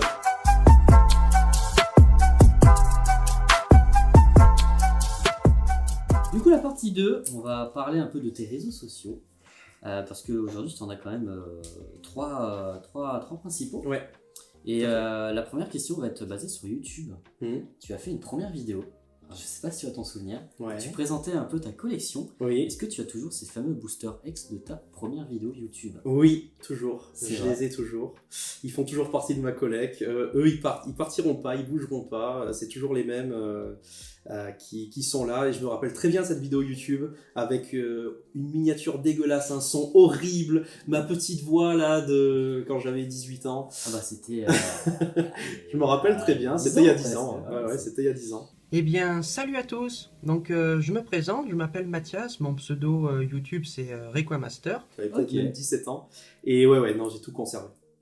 C'est beau. Bah après, parce que voilà, dans la vidéo, enfin dans la première partie, tu disais que tu avais tout pratiquement scellé, ça pouvait être d'autres achats. Ouais, ça aurait pu. Et C'est vrai du que ça coup, aurait je pu. me posais la question, ça va, c'était toujours... Ouais, non, ça c'est toujours les mêmes, c'est des boosters qui viennent en fait essentiellement d'eBay, mine de rien, certaines personnes connues de la communauté, mais mine de rien, ces vidéos elles datent d'avant les groupes Facebook, donc en fait ça vient probablement, ça vient surtout d'eBay, et notamment les forces cachées, qui ont toujours été mes boosters préférés, puisque c'est ma série préférée, forces cachées, et ben eux c'est toujours les mêmes que j'ai depuis cette vidéo, comme j'avais ouvert ma display force cachée, j'ai pas ressenti le besoin d'ouvrir plus de boosters que ça, et donc ça doit faire maintenant 13-14 ans que j'ai ces boosters force cachées. Incroyable. Putain, Voilà. c'est, Ils ont pas bougé, ils resteront éternellement là parce que c'est un peu ma pépite, quoi, c'est mon Graal. T'es conservateur depuis tout petit, ça m'impressionne parce que dès vraiment très jeune, et ça fait déjà 3-4 fois que je le dis dans la vidéo, t'as eu cette, Ouais, ça arrivait tôt. cette maturité de conservation qui est incroyable. Alors que moi, à 14 ans, petite carte, elle est sympa. Bah, j'ai eu de la chance aussi de tomber sur des personnes très vite qui m'ont éduqué, qui m'ont dit que potentiellement c'était de la collection et que donc il fallait faire attention à ces objets-là. Si j'avais pas rencontré ces personnes-là, peut-être que j'aurais pas conservé aussi rapidement, et surtout j'aurais pu aussi quitter le monde Pokémon au collège, suivre un petit peu les autres, l'instinct grégaire, ça aurait très bien pu se passer comme ça. Donc un mélange de chance et puis aujourd'hui, voilà. t'en es là. Aujourd'hui je suis content, la bonne étoile. C'est ça. Et du coup, pour revenir un peu sur YouTube, toujours, Ouais. ça fait presque 10 ans que tu fais des vidéos sur YouTube. Ouais. T'as toujours la même envie de faire des vidéos. Je parle pas d'avoir la passion comme la première question, comme Ouais. dans la première partie, mais vraiment cette envie de partager des choses à une communauté, monter les vidéos, le tournage, etc. Est-ce que tu as toujours cette même envie? Je l'ai retrouvé. Tu l'as retrouvé? Parce que Parce j'ai vu qu'en sur toutes les vidéos, genre tu as toujours eu un peu cette... tu postais des vidéos chaque année. Tout à fait. Ouais. Et j'ai pas vu de pause. Si, il y a eu en fait une grosse pause, c'est quand j'ai fait ma prépa. Okay. En gros, à partir du moment où j'ai passé mon bac, je suis allé en classe préparatoire Hippocagne-Cagne, et pendant cette période-là, j'étais trop occupé, donc je n'ai plus posté de vidéos. Le fait de plus poster de vidéos, ça a été problématique pour la chaîne. Quand tu fais plus de vidéos pendant 2 ans, malheureusement pendant derrière 2 ans, après, j'ai pas dû faire ouais, si, à peu près pendant 2 ans. C'était au tout Alors, début. peut-être, non, c'était, ça devait être en 2017, un truc comme ça, 2016, dans ces eaux-là. Mais t'as toujours posté une vidéo à peu près chaque année, parce que moi, Oui. voilà, je me suis basé vraiment sur il y a 2 ans, il y a 5 ans, il y a 3 ans. Donc quand je te dis je postais plus de vidéos, c'est que j'en faisais 3 ou 4 par an, quoi. Ok. Voilà. Donc c'était vraiment une pause parce que à une époque j'en postais une par semaine. Au début, en 2012-2013, j'en postais une par semaine. J'ai essayé de faire beaucoup de feats avec Dark au Feu, avec David même, on a fait pas mal de vidéos, quelques-unes. Ensuite, j'étais toujours aussi content de proposer ce contenu. Moi, ça me plaisait beaucoup à la fois de partager ma passion et puis aussi comme le fait de parler, d'expliquer des choses, c'est quelque chose qui m'a toujours intéressé, qui m'a toujours plu. C'était pas un travail pour moi. Je voyais vraiment ça comme un divertissement. Les gens aussi se divertissaient, les gens étaient contents, donc finalement c'était gagnant-gagnant. Tu vois, moi je prenais vraiment ça, je le faisais sur mon temps libre finalement. Ensuite est arrivée cette pause, couplée avec une envie peut-être de proposer un peu moins de contenu parce que mine de rien, les vues ça suivait pas. C'est pas grave, ça m'a jamais trop embêté que les vues ne suivent pas, mais au bout d'un moment, quand tu commences vraiment à t'investir dans quelque chose, t'as quand même envie que derrière ça suive. Un retour sur investissement. T'as envie qu'il y ait un retour sur investissement. Et le fait d'avoir fait cette petite pause pendant 2 ans, couplé au fait que à cette époque-là, je faisais tout seul, j'avais pas de personnes pour m'aider dans le montage, dans les miniatures, etc. J'ai ressenti un petit ras-le-bol. C'est pas que j'avais moins envie de parler aux gens, c'est pas que j'avais moins envie de transmettre des choses, ça j'ai toujours gardé. C'est une préparation en amont. Mais ouais. Et à chaque fois que je tournais une vidéo, que j'appuyais sur le bouton pour lancer la vidéo, je me disais derrière il y a le montage. Ouais, j'en ai marre quoi. Et donc là j'ai senti un ras-le-bol et j'ai plus du tout eu envie de faire ça. Et ensuite il y a eu le renouveau de la chaîne qui est arrivé il y a à peu près 2 ans on va dire, où là avec mon meilleur ami, avec Johan, on a décidé, qui est présent pas mal de fois sur les lives sur Twitch, qu'on voit même sur les vidéos YouTube, on a décidé ensemble Enfin, c'est lui qui a proposé de m'aider. Et comme il a beaucoup de compétences dans ce domaine-là, il s'occupe du montage, il s'occupe des miniatures. Et forcément, à partir du moment où on me propose ça, que moi j'ai toujours cette envie de transmettre et de proposer du contenu, et que derrière lui il a le talent pour m'aider, pour faire les miniatures, etc., moi je dis banco. Là, tous mes problèmes disparaissent et forcément ça me donne énormément envie de continuer et de refaire. Et c'est ça, parce que ça prend beaucoup de temps. Le tournage, c'est une chose, mais même si maintenant j'écris un petit peu moins mes vidéos en amont, à l'époque, c'était très important pour moi d'écrire un script, d'écrire un texte avant de tourner une vidéo. Maintenant, je fais quasiment tout à l'impro. Ça marche très bien, peut-être que mes années de théâtre ont aidé, tu vois, je sais pas, c'est peut-être plus facile pour moi d'improviser, mais avant, comme j'étais plus timide, c'était important aussi d'avoir ce script, donc ça prenait aussi le temps d'écriture avant la vidéo. C'était infernal, c'était vraiment infernal. D'accord, et du coup, tout ce temps, tu l'as dégagé un peu sur Twitch ? Ouais, c'est-à-dire que l'aventure Twitch, on l'a commencé il y a à peu près, ça doit faire moins d'1 an maintenant, 9 mois, je dirais 9-10 mois. Et ça, c'est quelque chose qui arrivait vraiment sur le tard. Parce qu'avant, j'avais pas du tout envisagé de streamer sur Twitch. Je regarde quelques vidéastes sur Twitch, notamment dans la stratégie Pokémon, parce que moi je m'intéresse beaucoup au VGC, donc Video Game Championships. C'est en gros vraiment les tournois Pokémon sur console, donc le format double, format 2v2 de combat. Je m'intéresse un petit peu moins à la partie TCG, en termes de comment dire, de création de deck, ce genre de choses. M'intéresse plus la partie jeux vidéo. Mais de manière générale, j'aimais bien suivre des gens, mais moi de mon côté, faire des streams moi-même, ça m'avait jamais vraiment traversé l'esprit. Et finalement, quand je me suis installé ici, j'ai acquis un matériel plutôt performant. Donc je me suis dit, en fait, pourquoi pas tenter l'expérience, pourquoi pas te mettre à faire des streams. Et tout de suite, j'ai accroché. Le fait d'avoir ce noyau dur de personnes qui suivent en fait tous tes lives, c'est cette communauté qui n'est pas forcément, pas besoin d'avoir 50 ou 60 personnes sur chaque stream, tu vois, mais au moins un noyau dur qui est là, qui te pose des questions, avec qui tu es en interaction sans arrêt. Et ça, je trouve ça vraiment très cool parce que finalement, l'objet du stream, c'est toujours un prétexte.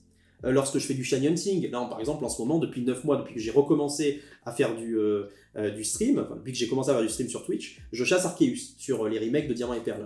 Je l'ai toujours pas, tu vois, je l'ai toujours pas. Je viens de se spoil une question. Voilà, c'est terrible, je me suis auto-spoil. Mais je l'ai toujours pas, et en fait c'est un prétexte, on s'en fout que je l'ai pas, tu vois. Ça me permet de parler à la communauté, ça me permet de parler à tous ces gens que j'ai découverts via Twitch, en fait, via ce prisme, parce que sinon on n'aurait pas forcément parlé avant. C'était pas des gens de YouTube ? Non, je les connaissais pas d'avant. D'accord. Je les connaissais pas d'avant. T'as pas eu ta commu de YouTube qui t'a... Non, la commu YouTube ne suit pas vraiment les vidéos Twitch. Ouais, c'est un autre concept de vidéo. C'est ça, exactement. C'est là que tu te rends compte, en fait, que entre les réseaux sociaux, il y a un vrai un plafond de verre, un vrai mur, une vraie différence. Je sais que les personnes qui me suivent sur Instagram, par exemple, sont potentiellement liés à la fois à Twitch et à YouTube, mais sur Instagram, ils sont pas sur Discord, parce que j'ai un serveur Discord aussi, et ils sont pas là. Les personnes sur YouTube, ils suivent beaucoup mon contenu sur Instagram, mais pas sur Twitch. Tu vois, donc il y a vraiment des éléments comme ça qui sont assez perturbants. Je le vois aussi, moi aussi, sur YouTube, avec la différence entre les abonnés, entre Insta, YouTube et Discord. Ouais. Parce que j'avais un compte Discord, enfin un serveur Discord, mais j'ai un peu laissé à l'abandon, je te dis. Pour revenir un peu à YouTube, qu'est-ce que tu proposais un peu comme concept parce que tu parles d'apprendre des choses à la commune, de parler un peu de passion. Mais qu'est-ce que tu faisais exactement? Alors moi, le concept dont j'étais le plus fier et que j'aime beaucoup, ça s'appelait la légendaire histoire. Ça fait un petit moment que j'en ai pas fait. Où en fait, je proposais des vidéos courtes, mais qui étaient très très très montées. Il y avait un travail énorme qui était fait sur ces vidéos. Où en fait, le principe, c'était de parler d'un ou de plusieurs Pokémon légendaires qui sont liés par une histoire. Alors il y a beaucoup de gens qui maintenant se positionnent sur YouTube là-dessus. Des vidéos mythologiques, maintenant il y en a beaucoup plus. Ensuite, il y a la chaîne de Trans qui est arrivée après. Il y a Ed Layton. Enfin, il y a beaucoup de vidéos qui sont arrivées à ce sujet-là. Je ne considère pas que je suis forcément précurseur, tu vois. J'aurais jamais la prétention de dire une telle chose. Mais disons que, comme ça m'a toujours passionné, la mythologie Pokémon, depuis les tout débuts de YouTube, c'est tout de suite quelque chose que j'ai voulu faire. Ouvrir des boosters, c'est bien, on fait vite le tour. Par contre, proposer justement cette plus-value, je trouve ça très intéressant. Parce que les gens ne sont pas forcément informés de tous les liens qui existent dans la mythologie Pokémon, entre justement l'histoire du trio Tao avec Zekrom, Reshiram et Kyurem, le lien qu'on peut trouver effectivement avec le temps et l'espace, Dialga Palkia, la véritable histoire de Giratina, parce que souvent les gens voient ça comme l'antéchrist ou le diable, alors qu'en réalité c'est un petit peu plus subtil que ça. Donc moi j'aime beaucoup creuser ces sujets-là, d'autant plus que la mythologie Pokémon est très souvent inspirée de la mythologie grecque, et que je suis un énorme fan de mythologie grecque, donc forcément ça aide aussi beaucoup. Donc ça, c'est le concept dont je suis le plus fan et le plus fier, c'est la légendaire histoire, même si après j'ai proposé aussi d'autres contenus comme Pokestrat, où je revenais justement sur des éléments compétitifs de Pokémon, sur les EV, les IV, donc c'est des termes très techniques des jeux vidéo, mais pour tirer le plein potentiel en fait de tes Pokémon, pour qu'ensuite tu puisses l'utiliser dans un combat, dans les Worlds, ce genre de choses. Voilà. Et donc ça, tu as fait des let's play aussi. Ouais, j'ai fait un let's play sur Perle. Tu as fait beaucoup de choses. J'ai fait beaucoup de choses. 10 ans, c'est ça. Énorme. 10 ans, c'est énorme, mais je pense que YouTube est assez représentatif du fait que ma relation à Pokémon est assez éclectique en fait. C'est-à-dire que je me contente pas de faire des cartes. Moi, ce qui m'intéresse, c'est le lore, c'est le shiny hunting. J'ai fait beaucoup de vidéos aussi de trouvailles de mes shiny au fur et à mesure des années. Mon Ho-Oh Shiny, mon Lugia Shiny, Rayquaza, Groudon, Kyogre, etc. avec un nombre de resets qui peut parfois être énorme, vu que la probabilité était très faible à l'époque. Elle a été multipliée par 2 maintenant. Et voilà, l'aspect compétitif, l'aspect, même parfois on peut parler du dessin animé, de plein de choses, quoi. Pokémon ne se contente pas d'un jeu de cartes, c'est beaucoup plus puissant et beaucoup plus vivant surtout que ça, et ça j'aime bien le faire ressentir. C'est un univers, donc. C'est ça. Et bon, on pourra en reparler un petit peu après, mais je trouve un petit peu dommage, justement, le reproche qu'on peut faire à certaines personnes, c'est que ces personnes ne cherchent pas forcément à s'intéresser à toutes les ressources de l'univers Pokémon. Voilà, et se contentent souvent d'un seul élément. On se met des œillères un petit peu, on regarde juste les cartes et on s'empêche de regarder tout ce qu'il y a autour, alors que ça peut être vraiment intéressant, surtout si on est fan de l'univers, quoi. Et pour rester un peu sur YouTube, donc tu disais que tu es aidé maintenant par ton meilleur ami. Ouais. Tu essaies de professionnaliser un peu plus sur la plateforme, aussi bien sur Twitch, parce qu'on va rester un peu sur le même matos. Ouais. En termes de miniatures, de best-of, de montage. Tout à fait. T'aimerais évoluer professionnellement dessus ou pas? Ou ça serait juste, on va dire, en complément de salaire? Alors ça serait en complément. Ça serait clairement en complément parce que... Je compte pas te mettre de 60% en tant que youtubeur même. Quoi. J'y ai pensé, forcément j'y ai pensé. On y a tous pensé. Et c'est ça, on y a tous pensé. Le truc c'est que là déjà ça prend pas mal de temps et je me dis que si à l'heure actuelle avec le contenu que je propose je suis très loin de pouvoir en vivre, ça veut dire que l'échelle à franchir pour pouvoir en vivre elle est trop haute en fait.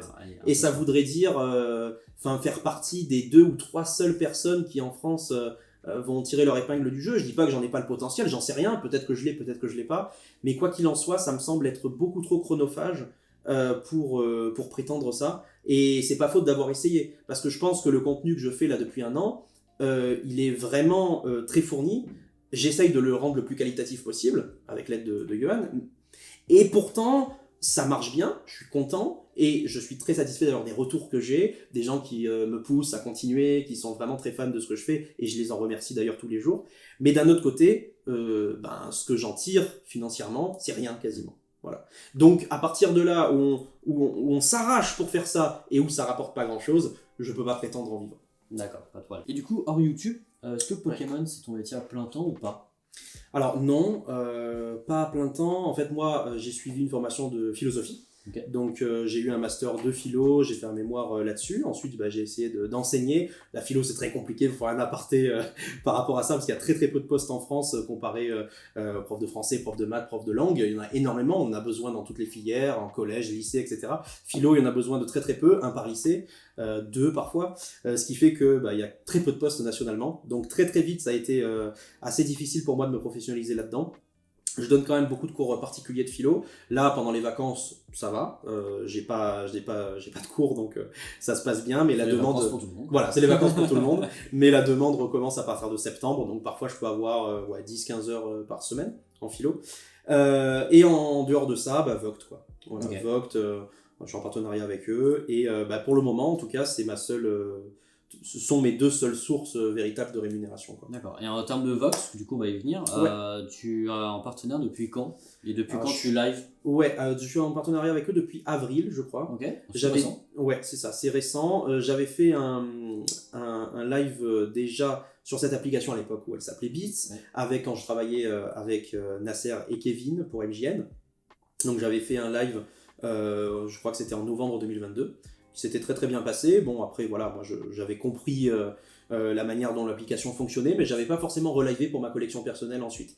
Et par le biais d'Eliès, donc de Pokéleaf et Nomval, etc., le fait qu'on ait monté ce groupe ensemble et que, mine de rien, on s'entende très bien, qu'on habite géographiquement juste à côté, ça fait que on s'est dit que ça pouvait être quand même une belle opportunité de faire nos lives ensemble. C'est-à-dire, moi, je suis plus là pour l'aspect animation.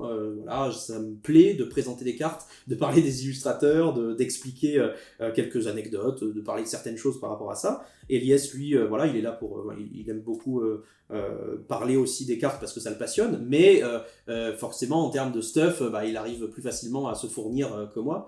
Donc, en fait, on se complète complètement là-dedans. Ce qui fait que ça nous est apparu tout naturel en fait de finir par se professionnaliser, en tout cas par rapport à moi. Et donc c'est pour ça que je suis en contrat avec eux depuis Et quelques mois. vous faites quoi à peu près comme vous faites des box breaks, des ventes de cartes, Ouais. des concepts un peu innovants? C'est ça, essentiellement les deux, hein, comme tu Ouais. as dit, box break et vente de cartes. La plupart du temps des box breaks c'est vrai, mais souvent comme je reçois par mois pas mal de cartes gradées, un gros stock de cartes gradées, j'essaye d'animer au minimum un live carte gradée par mois.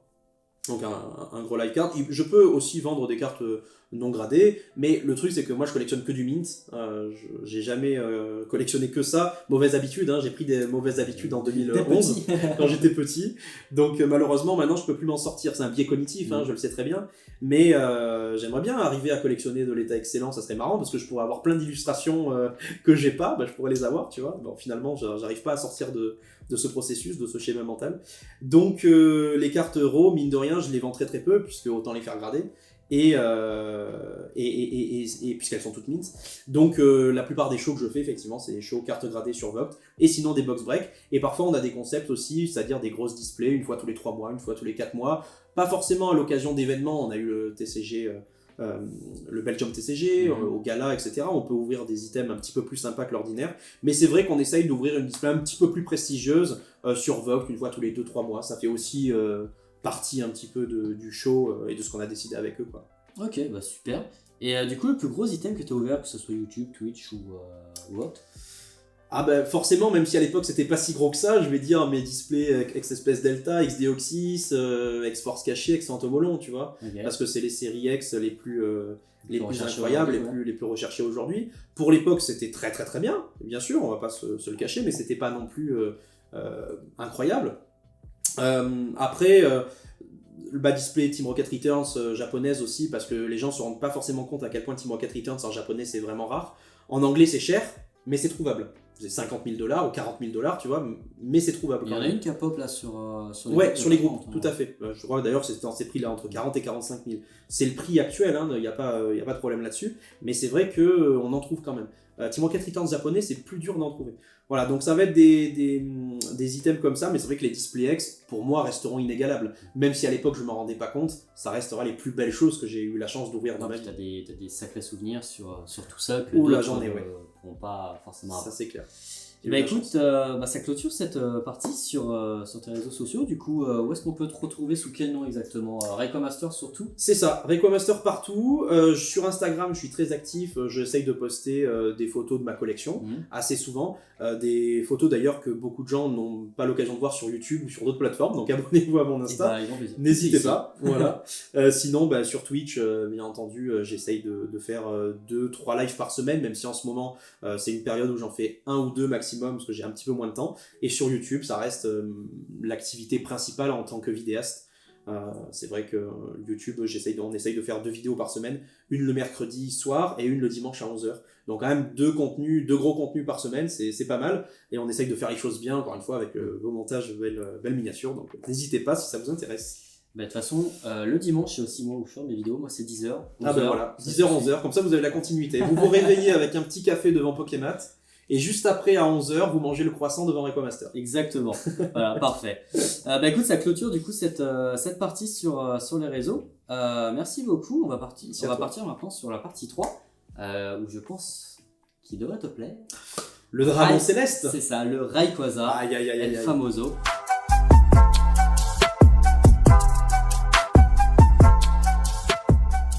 Du coup, première question. Oui. Pourquoi Rayquaza? D'où est venu cette alors... passion? Ce nom Rayquamaster. Eh oui, c'est vrai. C'est vrai. Alors, Rayquaza, c'est un Pokémon que j'ai découvert avec Ruby Saphir, bien sûr. Donc, à l'époque de Ruby Saphir, on le trouvait vraiment à la fin du jeu. C'est-à-dire que il fallait avoir battu la Ligue et ensuite monter le pilier céleste qui se trouve... Combien d'étages? 6. Qui se trouve à l'est de Pacifiville, et il fallait monter donc tout au sommet pour trouver Rayquaza au niveau 70. Donc vraiment c'est un Pokémon de fin de jeu. Comme Mewtwo sur la version. Voilà, c'est ça, c'est un Pokémon de fin de jeu, donc forcément déjà tu es face à lui, tu te dis incroyable. Mais c'était tout, tu vois, on était en 2002-2003, à l'époque de Ruby Saphir, je me disais Pokémon incroyable, il m'a trop marqué, mais c'est tout, il était badass quoi, je l'envoyais au combat, c'était un gros dragon, je kiffais, mais sans plus. Et puis ensuite, au fur et à mesure, je me rendais compte que j'adorais son design. J'ai commencé à m'intéresser à son histoire. Moi, j'aime beaucoup tout ce qui est en dehors de la mythologie grecque. J'aime beaucoup aussi tout ce qui est aztèque, inca, maya. Et effectivement, Quetzalcoatl est inspiré du dieu serpent. Donc, le dieu serpent dans la mythologie aztèque. Et ça m'a tout de suite marqué, tu vois. Cette couleur, ce vert et puis ce noir profond quand il est en shiny, cette ambivalence, je l'ai toujours trouvé magnifique en termes de design. C'est pas pour autant que je disais forcément c'est lui mon Pokémon préféré, mais en tout cas il me marquait plus que les autres à cette époque-là. Ensuite la série, la version avec Emerald est sortie en 2005, donc 2 ans après Ruby Saphir. Et là, il était sur la jaquette du jeu. Je me suis dit, mais c'est incroyable, mon Pokémon, il est sur la jaquette du jeu. Il a un scénario qui est axé sur lui. Il y a une cinématique où on le voit descendre des cieux pour calmer Kyogre et Groudon, avec cette musique théâtrale, avec les trompettes, et les trompettes de la 3e génération. Meilleure musique, au passage, il faut le dire. Ruby, Saphir, Emerald, les trompettes, la beauté, les sons métalliques un petit peu. Enfin, c'est la meilleure génération de tous les temps. N'en déplaise orageux. Non, je rigole. Et donc là, ça m'a conforté dans mon idée, tu vois. Mais au fur et à mesure, plus le temps passait, plus le Pokémon y revenait, tu vois. Dans ma vie, j'ouvrais des boosters et je tombais sur Rayquaza, j'étais fasciné. Je disais, mais j'ai l'impression qu'il est en train de suivre ma carrière de collectionneur, ma carrière de vidéaste, ma carrière de tout ce qui est lié à Pokémon, en fait, était lié de près ou de loin à Rayquaza. C'est souvent très, très présent. Voilà. Et puis finalement, ça s'est terminé avec Rayquaza Star, et là, c'était définitivement... Alors Rayquaza Star, je l'ai pas découvert. Alors peut-être je sais pas s'il y a une question par rapport à ça plus tard. Sinon je raconte maintenant mon anecdote. Raconte maintenant ton anecdote. Donc mon anecdote en fait sur Rayquaza Star, c'est qu'à l'époque où la série XD est sortie, moi je savais pas forcément qu'il y avait une carte Rayquaza. Regardez pas Pokécardex ou des choses comme ça à l'époque. Donc je savais pas qu'il y avait une carte spécialement rare de Rayquaza qui était publiée, éditée dans cette série. Je découvrais tout ça au fur et à mesure. Je découvrais tout ça au fur et à mesure. Et puis surtout, quand j'ai ouvert ma Display XDeoxys, j'ai pas du tout eu Rayquaza Star, j'ai eu la Star, vraiment très très bien. Hein. Mais j'ai eu Rayquaza X, c'est vrai, en X, donc j'étais très content. Je me disais, putain, il y a un beau Rayquaza. Il me suit, tu vois. Mais pour moi, Rayquaza, c'était la Rayquaza X de la série, c'était la seule carte Rayquaza qu'il y avait dans. Il y avait le rare, la version rare aussi, dans la série XDeoxys. Mais en dehors de ça, il n'y en avait pas d'autres, tu vois. Je me disais, bon, bah c'est déjà très bien. Dans une série à l'effigie de Deoxys, ils ont mis mon Rayquaza, je suis content. Puis il y a même eu le deck aussi. Voilà, il y a eu le deck, bien sûr. Voilà, il me suit partout. Il me suit partout, il était là. Et puis, finalement, bon, bah, les années passent. Et donc, c'était en 2010.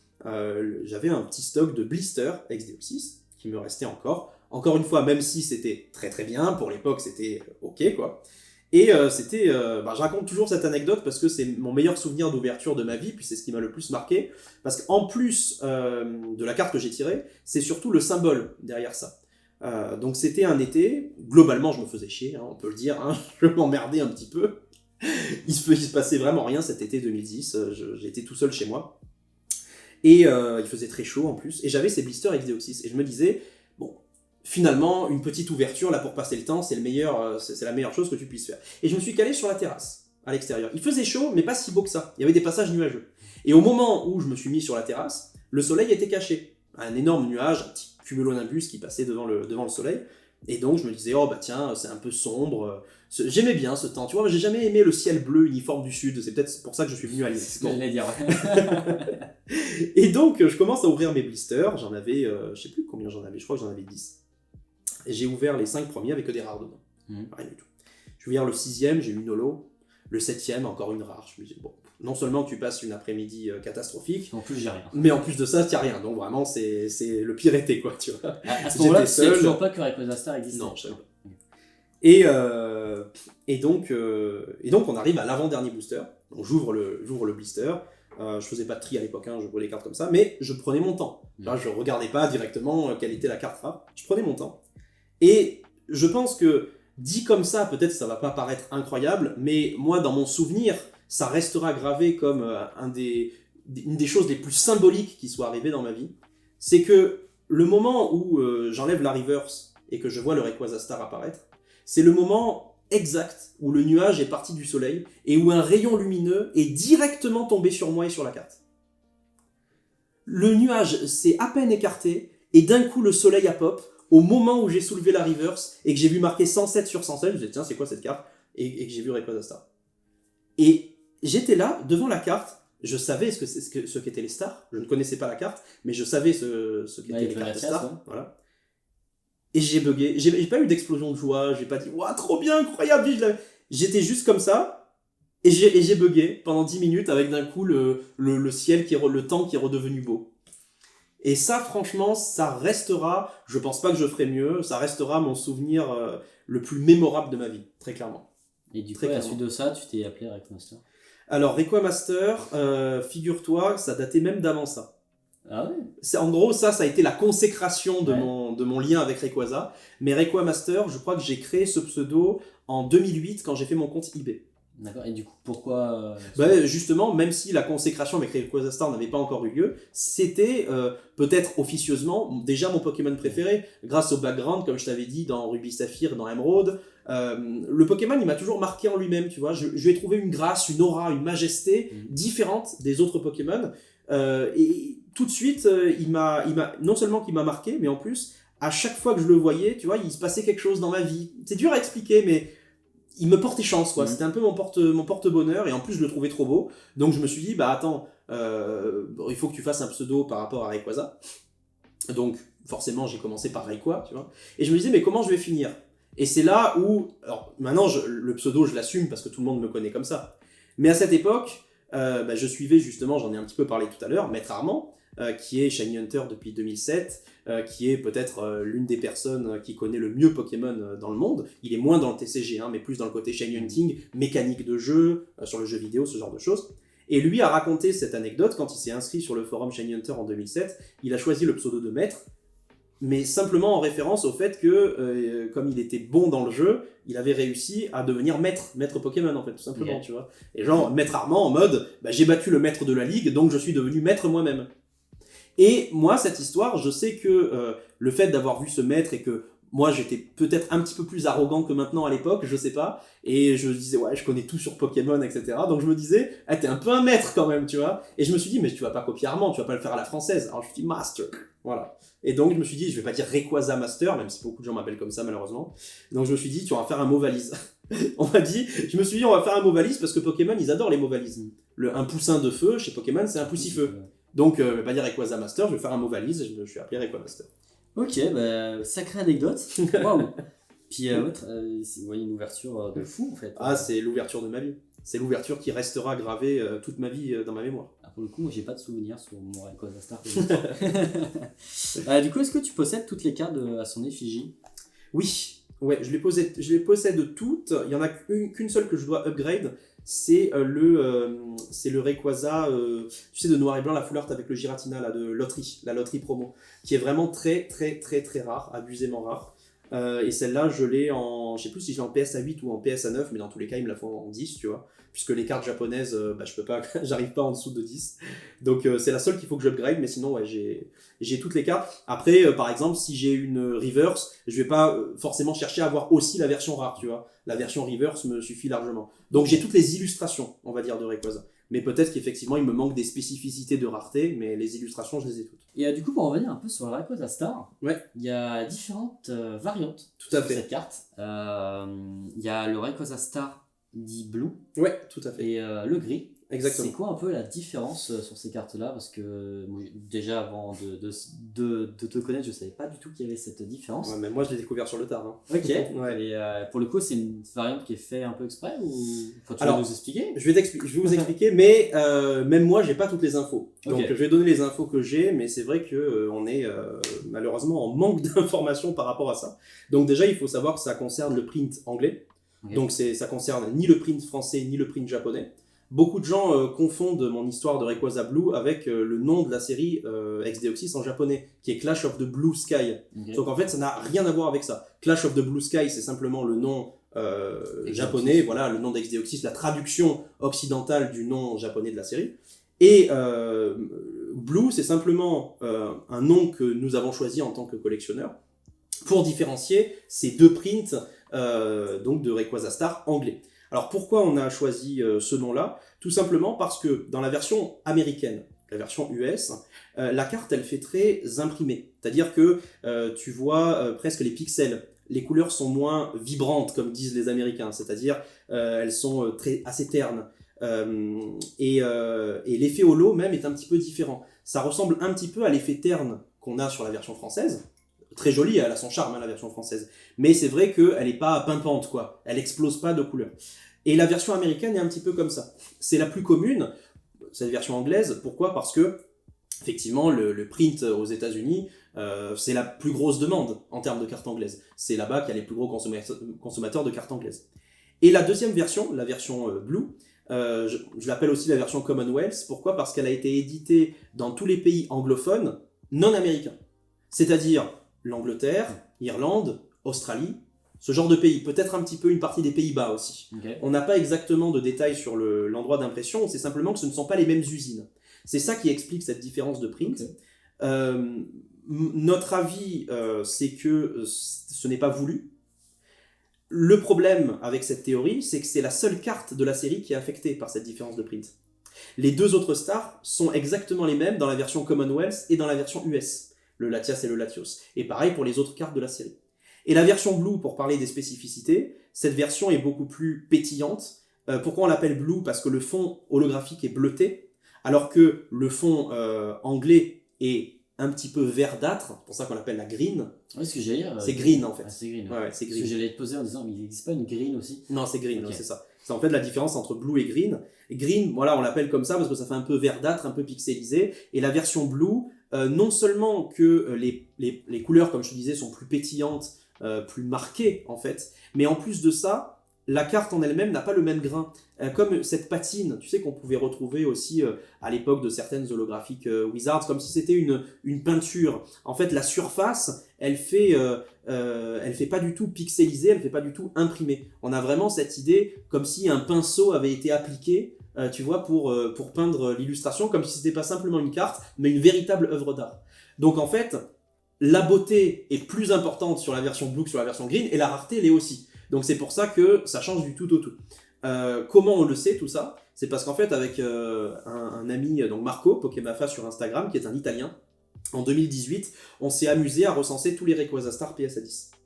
Il y en avait 47 à l'époque, il y en a 48 maintenant, donc pour te dire, en 4 ans, la population elle est juste montée de 1 en PSA 10. Et sur des cartes internationales, c'est vraiment très peu. Parce que encore, nous, sur les cartes françaises, par exemple, effectivement, on a cette histoire de population qui ne va pas monter énormément parce que le print est très faible. Parce que maintenant, on en a très peu conservé en fait dans cet état-là. Par contre, sur les versions internationales, donc les cartes anglaises et les cartes japonaises, on a l'habitude à ce que la population quand même évolue avec le temps. Oui, c'est sûr. Et là, la population, donc ça montre la rareté de cette carte. Et sur les 47 cartes qui existent en PSA 10, sur le Rayquaza Star, on a essayé de toutes les recenser, d'avoir des photos et ou des vidéos de chaque carte qu'on a pu trouver, en demandant à tous les collectionneurs qu'on pouvait trouver dans le monde. Et il s'est avéré que sur les 47, il y en a 40 de green et 7 blue. Okay. Donc la version blue est infiniment plus rare. Ça ne veut pas dire que elle restera pop 7 éternellement, hein. Il y en aura peut-être d'autres qui vont arriver, etc. C'est tout à fait possible. Mais en tout cas, on a un véritable indicateur sur la rareté de la carte. Parce que autant sur le français, la population ne veut pas dire grand-chose, puisque PSA grade le français que depuis 1 an, et que de toute façon, ça va très vite évoluer. Puis voilà, sur aussi peu d'années, on peut pas vraiment dire. Et du coup, sur les 7, tu en possèdes une, toi? 2. Ok. Voilà, moi j'en ai 2 sur les 7. Donc j'ai 2 blues sur les 7 et une en green. Ok. Voilà. Donc j'ai 3 Rayquaza Star anglais PSA 10, donc 2 blues et une green, la française en 10 et le Rayquaza japonais en 10. Et voilà, c'est Rayquaza Master. Exactement. Pour revenir un peu toujours sur Rayquaza Star, qui fait partie de la série Ecdeoxys, j'imagine que tu as été au courant de la fameuse display FR qui a pop Bien sûr. il y a peut-être 2 ans. Tu as été au courant pendant qu'elle était on va dire en négociation. À l'époque, elle est aux alentours de 30 000 €, j'en me souviens. Ou tu as été au courant après quand elle a pop? Non, j'étais au courant après. Alors l'histoire, je ne sais pas si la personne veut vraiment qu'on parle du premier détenteur. Dans le doute, je ne vais pas dire son nom. Je pense qu'il n'y a pas de problème, hein, mais cette personne, en gros, a retrouvé cette display dans son grenier, me semble-t-il, parce qu'il y avait une histoire avec son père, comme quoi il participait à des tournois quand ils étaient plus jeunes, et que son père avait gardé ça de côté, l'avait un petit peu oublié, et que finalement il a réussi à retrouver cette display alors que lui-même n'était pas au courant. Et pourtant, il est dans la communauté depuis un petit moment, hein, Okay. cette personne en question. Et ensuite, eh bien, il l'a vendu donc à Nicolas Ligier, donc Vlod. Ok. Voilà. Et moi, j'étais pas au courant. Au moment où la display est sortie, j'étais pas au courant. Ça veut pas dire que je pensais pas qu'il y avait de display Ecdeoxys, puisque moi, j'en avais connaissance d'une en 2011. Hypercat, donc un des vendeurs les plus connus de Pokémon sur eBay, qui maintenant a revendu sa boutique, hein. Ce vendeur-là a tout simplement, il voulait vendre sa display Ecdeoxys. Il voulait vendre sa display Ecdeoxys en 2011, et il m'avait contacté d'ailleurs pour que je la reprenne. Je ne l'avais pas reprise à l'époque, donc je sais que cette display existe, et que c'est une display différente de celle qui est détenue donc par... Et tu penses qu'elle a été ouverte depuis cette display? Je sais pas. Aucune idée, on n'a pas de traces de cette display depuis. D'accord. Elle a pu être ouverte, peut-être qu'elle est dans une collection perso. En tout cas, ça reste une info de ouf. Ouais. Peut-être une deuxième pop. Peut-être. Incroyable. Peut-être. Pour rester un peu sur Rayquaza, est-ce que tu collectionnes d'autres choses que les cartes? Genre des goodies, Ouais. Sur Pokémon, tu parles ou vraiment de manière générale dans de d'autres manière univers? générale sur Rayquaza? Ah, sur Rayquaza? Oui, Sur sur Rayquaza, Rayquaza. ouais, sur Rayquaza, je collectionne les peluches. Par exemple, un de mes amis qui est allé au Japon m'avait ramené une peluche méga Rayquaza du Pokémon Center. Je collectionne les figurines Rayquaza, les jeux à l'effigie de Rayquaza, les boosters Rayquaza, enfin tout, il y a un Rayquaza dessus, je collectionne. Ça marche. Voilà. Et comment conserves-tu ta collection? Alors ma collection, les cartes... Beaucoup de gradés, de Ouais. cartes vraiment prestige. Ouais. Comment tu les conserves? Alors les principales cartes de ma collection, elles sont conservées dans des mallettes. Donc un petit moment pub hein, pour Mr Bubbles, qui est une personne sur Instagram, un collectionneur sur Instagram, allemand, qui fait lui-même des mallettes. Voilà, Okay. des mallettes de protection, avec à l'intérieur 16 slots pour Slab PSA. Et donc effectivement, je lui ai acheté tout un stock de ces mallettes-là, qui sont très très pratiques. À l'intérieur, il y a de la mousse pour protéger les cartes, pour pas qu'elles s'abîment, mais ça reste ferme quand même. Donc les cartes se baladent pas du tout, elles s'entrechoquent pas les unes contre les autres. Donc c'est à la fois sécurisé et classe, parce que ce sont des mallettes qui sont vraiment très simples, très épurées, quoi, avec une couleur mate que j'aime beaucoup. Et ensuite, tout ça, je range dans les coffres de ma banque, de mon agence bancaire. Voilà. Ok, ça marche. Et pour le coup, pour avoir vu ces coffres, ils sont vraiment très quali.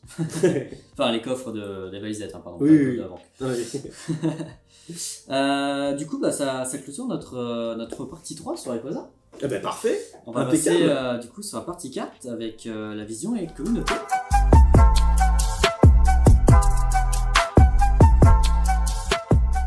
Alors du coup, pour cette première question de partie 4, on va rentrer directement dans le sujet. Que penses-tu de la communauté aujourd'hui ? Toi qui es depuis très longtemps dans cette communauté. Alors c'est vrai que j'ai vécu toutes les étapes. C'est clair. Au début, on n'était vraiment pas nombreux, on était une dizaine, une quinzaine, donc c'était pas le même esprit. C'est-à-dire que on rigolait bien entre nous, mais c'était vraiment les discussions Skype, tu vois, on était entre nous sur Skype, on se faisait des petites... Ah bien sûr, évidemment. Mais à partir du moment où tu sortais dans la rue, personne parlait Pokémon. Tout le monde s'en foutait, il n'y avait pas de hype, c'était presque la période « Ah, tu joues à Pokémon, petit gamin, etc. » Donc ça, c'était la première partie, vraiment. Au tout début, donc il y avait des avantages. On n'était que entre nous, entre guillemets, donc c'est sympa. Mais ce côté communauté, effervescence n'était complètement absent. C'était pas né encore. C'est ça. Après, il y a eu une deuxième partie, pour moi c'était la meilleure communauté possible, c'est quand de plus en plus de gens ont commencé à s'intéresser, qu'il y a eu un véritable essor. C'était lié au début des groupes Facebook, les gens commençaient à avoir Instagram aussi. Là où je suis arrivé. Voilà. 2015, quoi. Ils commençaient à se faire montrer des petites photos. Il y avait plus de partage déjà, tu vois. Avant, je dis pas qu'il n'y avait pas de collectionneurs en 2010, c'était pas le cas, mais tout le monde collectionnait dans son coin. Et à partir de 2015-2016, il y a vraiment eu ce côté volonté de partage, d'effervescence, de découverte, encore une fois, quoi. Un peu le même esprit BlockX, quoi. L'âge d'or était terminé, c'était plus le grand âge où tu pouvais tout trouver à bas prix, mais il y avait cette volonté de connaître, tu vois, d'apprendre plus de choses, de partager des connaissances. Et moi, j'aimais beaucoup cette ambiance, 2016-2017. Après, c'est vrai qu'il y a énormément de gens qui sont arrivés, c'est très bien aussi. Ça montre que il y en a pour la licence grandit, quoi. La licence grandit, il y en a pour toutes les affinités, tous les âges en fait finalement. C'est là aussi où on a appris que Pokémon finalement était bien transgénérationnel, hein, qu'on avait passé une étape et que même les vieux d'aujourd'hui qui étaient les jeunes d'hier continuent à s'intéresser à Pokémon, et donc ça va continuer et c'est bien, c'est super. Le revers de la médaille, c'est que plus tu as de personnes qui sont impliquées dans une communauté, en termes de probabilité, plus tu as de chances que des personnes qui ont peut-être un petit peu moins d'éducation arrivent. Et moi, personnellement, j'ai eu aucun problème avec personne parce que j'essaye d'être le plus cool possible, le plus bienveillant, j'espère, en tout cas. C'est ma volonté, tu vois. Ta philosophie. Ma philosophie, exactement. Amel Bent, bonjour. Mais d'un autre côté, ce que je reproche un petit peu, par exemple, aux DM que je reçois sur Instagram de temps en temps, tu as les gens qui sont toujours aussi sympathiques, qui m'envoient des messages très enjoués, qui veulent en savoir plus, qui voudraient une anecdote, etc. Et alors là, c'est un plaisir énorme pour moi d'y répondre. Même si ça me prend du temps, je peux passer 3-4 heures par jour, s'il faut. En général, c'est plus une demi-heure, une heure, tu vois, mais s'il faut répondre à beaucoup de DM, moi, ça me dérange pas. Au contraire, c'est un plaisir de le faire, et continuez à le faire. N'hésitez pas à m'envoyer des messages, j'adore vous lire. Harcèle-le. Par contre, et ça fait que 3 ans que je le vois, les gens qui disent ni bonjour ni au revoir, et qui disent prix point d'interrogation, ou qui disent fais-moi de la pub, ou qui disent tiens j'ai fait tel truc aujourd'hui, repartage-moi, ou ce genre de choses, moi ça je peux plus. Je te jure, je peux pas. Et ça pour moi, je le dis avec beaucoup de bienveillance et de gentillesse, mais c'est un manque d'éducation flagrant pour moi. Et je trouve que c'est quelque chose auquel on n'était pas du tout confronté dans les années 2010.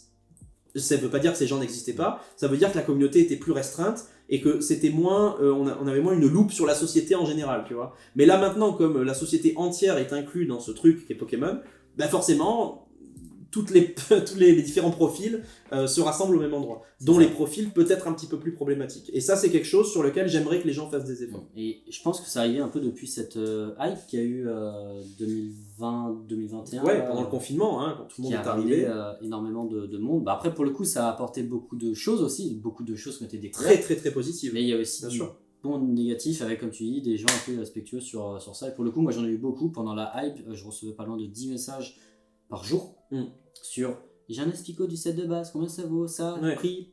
Moi, quand on me demande des estimations, il n'y a pas de problème. Moi, personnellement, je réponds, il n'y a pas de souci. Mais il faut y mettre la forme. Mais voilà, totalement. Il faut vraiment y mettre la forme. On est totalement d'accord. Tu es toujours un peu sur les groupes Facebook où tu as laissé un peu tomber, comme beaucoup d'anciens.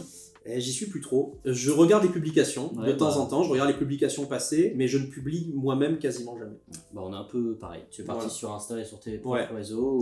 Je préfère, c'est ça, surtout sur Insta. Pour moi, le réseau social par excellence dans Pokémon, c'est Insta. On est d'accord. Je trouve que c'est le plus, c'est la vitrine la plus complète. En fait, le partage le plus important. Et c'est là aussi où tu peux créer un réseau véritablement international. Parce que sur Instagram, tout le monde l'utilise. Et c'est comme ça que moi j'ai rencontré des gros collectionneurs américains, asiatiques, peu importe l'origine, mais j'ai pu sympathiser avec des gens avec qui je n'aurais pas parlé si je m'étais contenté des groupes Facebook ou de YouTube, puisque en soi les étrangers ne regardent pas mes vidéos YouTube. Très limité, avant dernière question, que penses-tu de l'investissement Pokémon ? L'investissement Pokémon, j'ai aucun problème avec ça, à partir du moment où c'est bien fait. De toute façon, moi je ne jugerai jamais quiconque sur sa manière de collectionner ou d'investir. Les gens font bien ce qu'ils veulent. Si c'est fait avec passion, si c'est fait avec envie, si on sent qu'il y a quelque chose de plus que l'investissement, c'est mieux, c'est un plus, je trouve, c'est un bonus. Maintenant, si la personne qui est un investisseur pur et qui ne trouve aucun...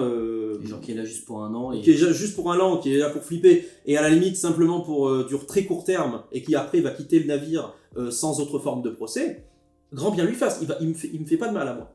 Il fait ce qu'il veut. Donc moi je peux pas émettre d'avis éthique là-dessus, c'est pas mon profil. En gros, je partagerai jamais rien avec ce genre de personnes. Puisque les personnes, en tout cas dans ce milieu-là, dans le milieu de Pokémon, les gens avec qui je partage quelque chose, et certains qui sont devenus des amis proches maintenant, et ça c'est une de mes plus grandes fiertés dans Pokémon, c'est d'avoir pu avoir ces relations. J'ai doublé, triplé mon cercle d'amis, et je suis hyper content de connaître tous ces gens-là. Si je partage des choses avec eux, c'est simplement parce qu'on a les mêmes envies, on a les mêmes... alors, le mot passion, il est un peu galvaudé parce que ça vient de patio en grec qui veut dire la souffrance, donc j'évite de l'employer trop souvent. Mais disons qu'on a les mêmes affects. Je préfère le mot affect que passion. Donc, on a les mêmes affects, et ça, c'est quelque chose qui, moi, me plaît beaucoup parce qu'à ce moment-là, le partage est possible. Quand t'as voilà, regarde, là, ça fait 3 heures qu'on parle, ou 4 heures, j'en sais rien. Ça fait très longtemps. Ça fait très longtemps qu'on parle, et bien, on n'a pas vu passer le temps. Ça c'est clair. On va pas se passer le temps. Pourquoi ? Parce qu'on a le même affect. Quelqu'un qui arriverait et qui me dirait, voilà, prix, point d'interrogation, je veux revendre dans un an, il fait ce qu'il veut, mais il reste dans son coin. Je vais pas le juger éthiquement, parce qu'il fait bien ce qu'il veut. Il a le droit d'avoir, il pourrait aller dans la bourse, dans le bitcoin, il pourrait aller dans Pokémon, il fait ce qu'il veut pour l'investissement. Mais ça sera pas mon ami, en soi. Pas quelqu'un avec qui je vais partager des choses, oui, c'est sûr. Puisque je suis pas dans cette idée-là. Mais moi, je me garderais bien de juger, en tout cas, la manière dont les gens fonctionnent. D'accord, très bonne réponse. C'est vrai que j'ai jamais eu vraiment une réponse comme celle-ci. Et du coup, j'aurais une dernière question. Je t'en prie. Des conseils pour les nouveaux, que ce soit les nouveaux qui arrivent dans la collection ou des nouveaux qui veulent peut-être se lancer sur Twitch, YouTube, parce que t'es un ancien de YouTube quand même, et avoir toujours cette même passion et cette même envie de continuer à produire du contenu vidéo, faut le faire quand même. Voilà, des petits conseils pour ceux qui aimeraient débuter en disant que je sais pas si je vais y arriver, des choses comme ça.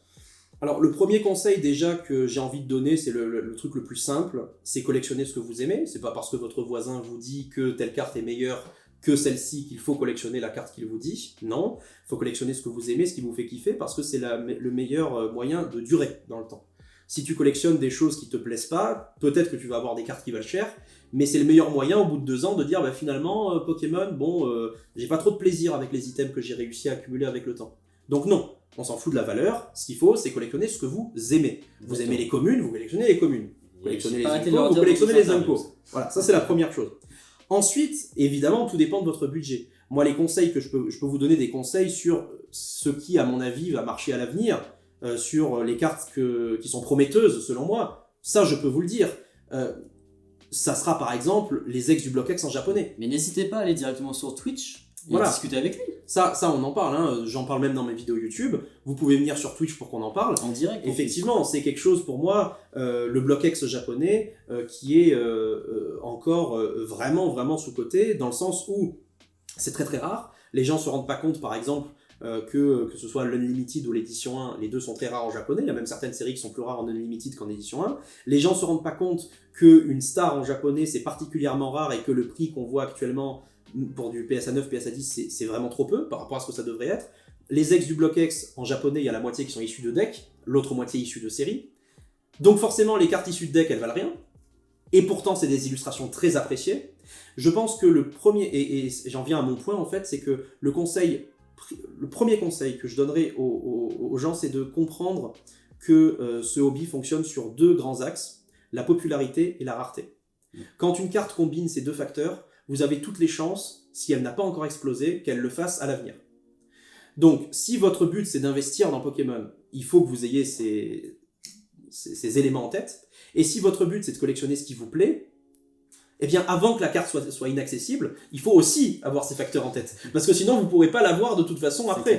Passionné ou pas passionné. En fait, dans tous les cas, il faut comprendre que ça fonctionne là-dessus. Il y a des cartes qui sont très très rares, et comme elles ne sont pas populaires, elles décollent pas. Par exemple, des promos japonaises, des Glossy, des tout premiers magazines Koro, des Mew, des Togepi, etc., qui valent même pas 1000$, tu vois. Alors que c'est des cartes qui sont incroyablement rares. Parce qu'elles ont uniquement la rareté. Elles n'ont pas la popularité. Il y en a d'autres, c'est l'inverse. Elles sont très populaires, mais à l'inverse, comme elles n'ont pas la rareté et il y a énormément de quantités disponibles sur le marché en gradé ou en non gradé, bah forcément le prix va jamais véritablement décoller. Il y a des contre-exemples à ça. Mais dans tous les cas, il faut vraiment analyser le marché et s'éduquer là-dessus. Moi, c'est le conseil que je donnerais aussi, c'est regarder des vidéos YouTube, mais aussi parler aux collectionneurs. C'est-à-dire que si vous comprenez que vous embêtez le collectionneur, qu'il n'a pas envie de répondre ou qu'il n'a pas le temps, bon ben, c'est pas grave. Mais essayez quand même. Voilà, envoyez un petit message, vous voyez avec les formes, encore une fois, hein. Faites-le avec les formes, soyez polis, soyez courtois. L'éducation, c'est très important. Des gens qui ont de l'éducation ont énormément d'avenir dans ce hobby. Voilà. Donc, n'hésitez pas à poser des questions, parce que c'est en posant des questions qu'on apprend. Ma culture, entre guillemets, Pokémon que j'ai accumulée avec le temps, elle n'est pas arrivée en 10 jours. Moi non plus, voilà. Le nombre d'interviews que j'ai fait, le nombre de rencontres que j'ai fait, le nombre de râteaux que je me suis pris.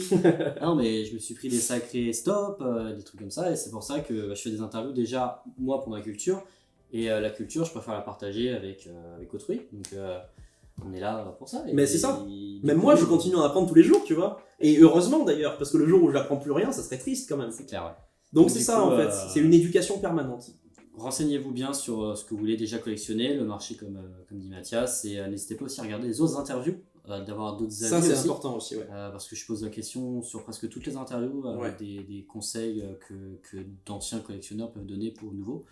Et voilà. Et du coup pour YouTube, alors pour YouTube, les conseils pour YouTube, déjà d'avoir un bon son, une bonne caméra. Très important, il ne faut pas qu'elle vibre comme ça. Si vous filmez des cartes, il faut qu'il y ait une bonne qualité d'image et que acheter un trépied au minimum, il y a un bon micro, ce genre de choses, c'est très important. Si vous avez le luxe de pouvoir faire du montage, des miniatures, etc., bah forcément ça va beaucoup mieux marcher. C'est nécessaire, hein, parce que mine de rien, YouTube est axé sur un algorithme, comme beaucoup de réseaux sociaux, comme tous les réseaux sociaux d'ailleurs. Donc nécessairement il faut mettre les moyens pour arriver à ces fins, mais surtout soyez à l'aise à l'oral. Alors soyez à l'aise à l'oral. Essayez d'être naturel, parce qu'en fait ça va venir tout seul. C'est-à-dire que moi quand j'étais jeune, j'étais ultra timide. J'étais très très très timide. On regarde mes premières vidéos, j'étais très timide, tu vois. Et oui, c'est ça. Et avec cette petite voix, quand j'étais jeune, etc., on a la même expérience. Et ça, c'est quelque chose qui se développe avec le temps. Ne croyez pas, parce que vous êtes timide, que vous n'avez pas la possibilité de passer devant un écran, que vous ne pouvez pas faire des interviews, parler de votre collection, parler de cartes, des cartes qui vous rendent fiers dans votre collection, que vous n'arrivez pas à... Non, vous y arrivez, vous pouvez y arriver, il n'y a pas de problème à ce niveau-là. Donc ne soyez pas trop timide, vous pouvez l'être au début, les premières vidéos on vous pardonnera, mais voilà, soyez naturel, et il n'y a aucun souci, ça finira par bien se passer. Vous finissez en tant que super animateur comme Mathias. Super, je pense pas, mais en tout cas, au moins, vous arrivez Twitch, sur Vogt, sur des conventions, non, il est partout. Ah bah, j'essaye en tout cas, dès que je suis invité quelque part, d'y aller avec plaisir. Ça se voit sur toi. C'était la dernière question de cette partie 4. On va du coup passer à la partie 5, donc la question des abonnés. Super, j'ai hâte de les connaître.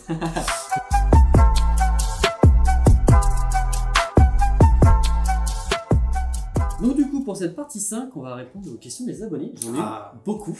C'est parti, avec plaisir. On va commencer avec la première, avec Maxime Salou. Ta collection s'est internationalisée avec les années au détriment du français parfois. Ouais. Quelle en est la raison? Et tu penses qu'avec le temps, les collectionneurs français s'ouvriront de plus en plus avec ces cartes dites internationales? C'est très intéressant. Alors pour la première partie de la question, j'avais déjà un petit peu répondu avant dans l'interview, parce que c'est vrai qu'en 2011-2012, à partir du moment où j'ai rencontré Thomas, je me suis formé à l'international. C'est là où j'ai eu ce switch un petit peu, ce déclic. Ça veut pas dire que j'aimais moins le français à partir de cette période, ça veut simplement dire que c'est comme si je découvrais de nouveaux territoires, quoi, finalement. Hein. J'ai une nouvelle zone et tu te dis c'est incroyable, il y a plus de choses à y faire encore que ce que je connaissais jusqu'à présent. Donc le français, c'est vrai, c'est toute ma vie jusqu'en 2011-2012, et après, donc la raison pour laquelle je me suis internationalisé, découvert les cartes anglaises et japonaises, c'est parce que tout simplement les illustrations, je me suis dit mais c'est incroyable, elles sont trop belles, pourquoi on n'a pas eu ça en France? Le Mew X, tout de suite j'ai vu le Mew X Promo Play, il est magnifique, avec l'aura, tu sais, autour de lui, et cette carte est incroyable, et quand j'ai vu ça, je me suis dit mais on n'a pas eu ça dans aucune série X, bon Dieu. Et ça m'a presque fâché avec le français. Je me suis dit, mince, il est temps que je découvre enfin les vraies illustrations de Pokémon, tu vois, d'autres choses. Donc ça, c'est vrai que à partir de ce moment-là, j'ai eu ce déclic, ce switch à partir de 2011-2012, et je suis plus jamais retourné vers le français, non pas parce que j'aimais pas ça, mais parce que voilà, c'est tout simplement vers l'anglais, vers le japonais que je trouvais que le futur se dirigeait. Après, ça m'empêche pas de continuer d'acheter encore des cartes françaises, même maintenant, de kiffer toujours le français.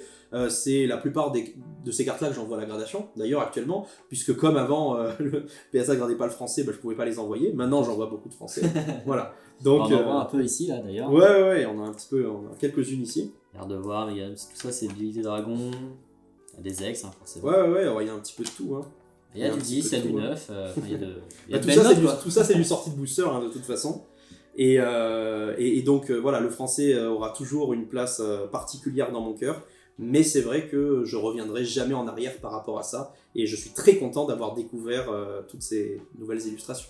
Ok, écoute, merci pour cette réponse. On va passer à une question de Pokédino 1219. Ouais. As-tu à un moment eu du mal à te séparer d'un item de ta collection pour en acheter une autre?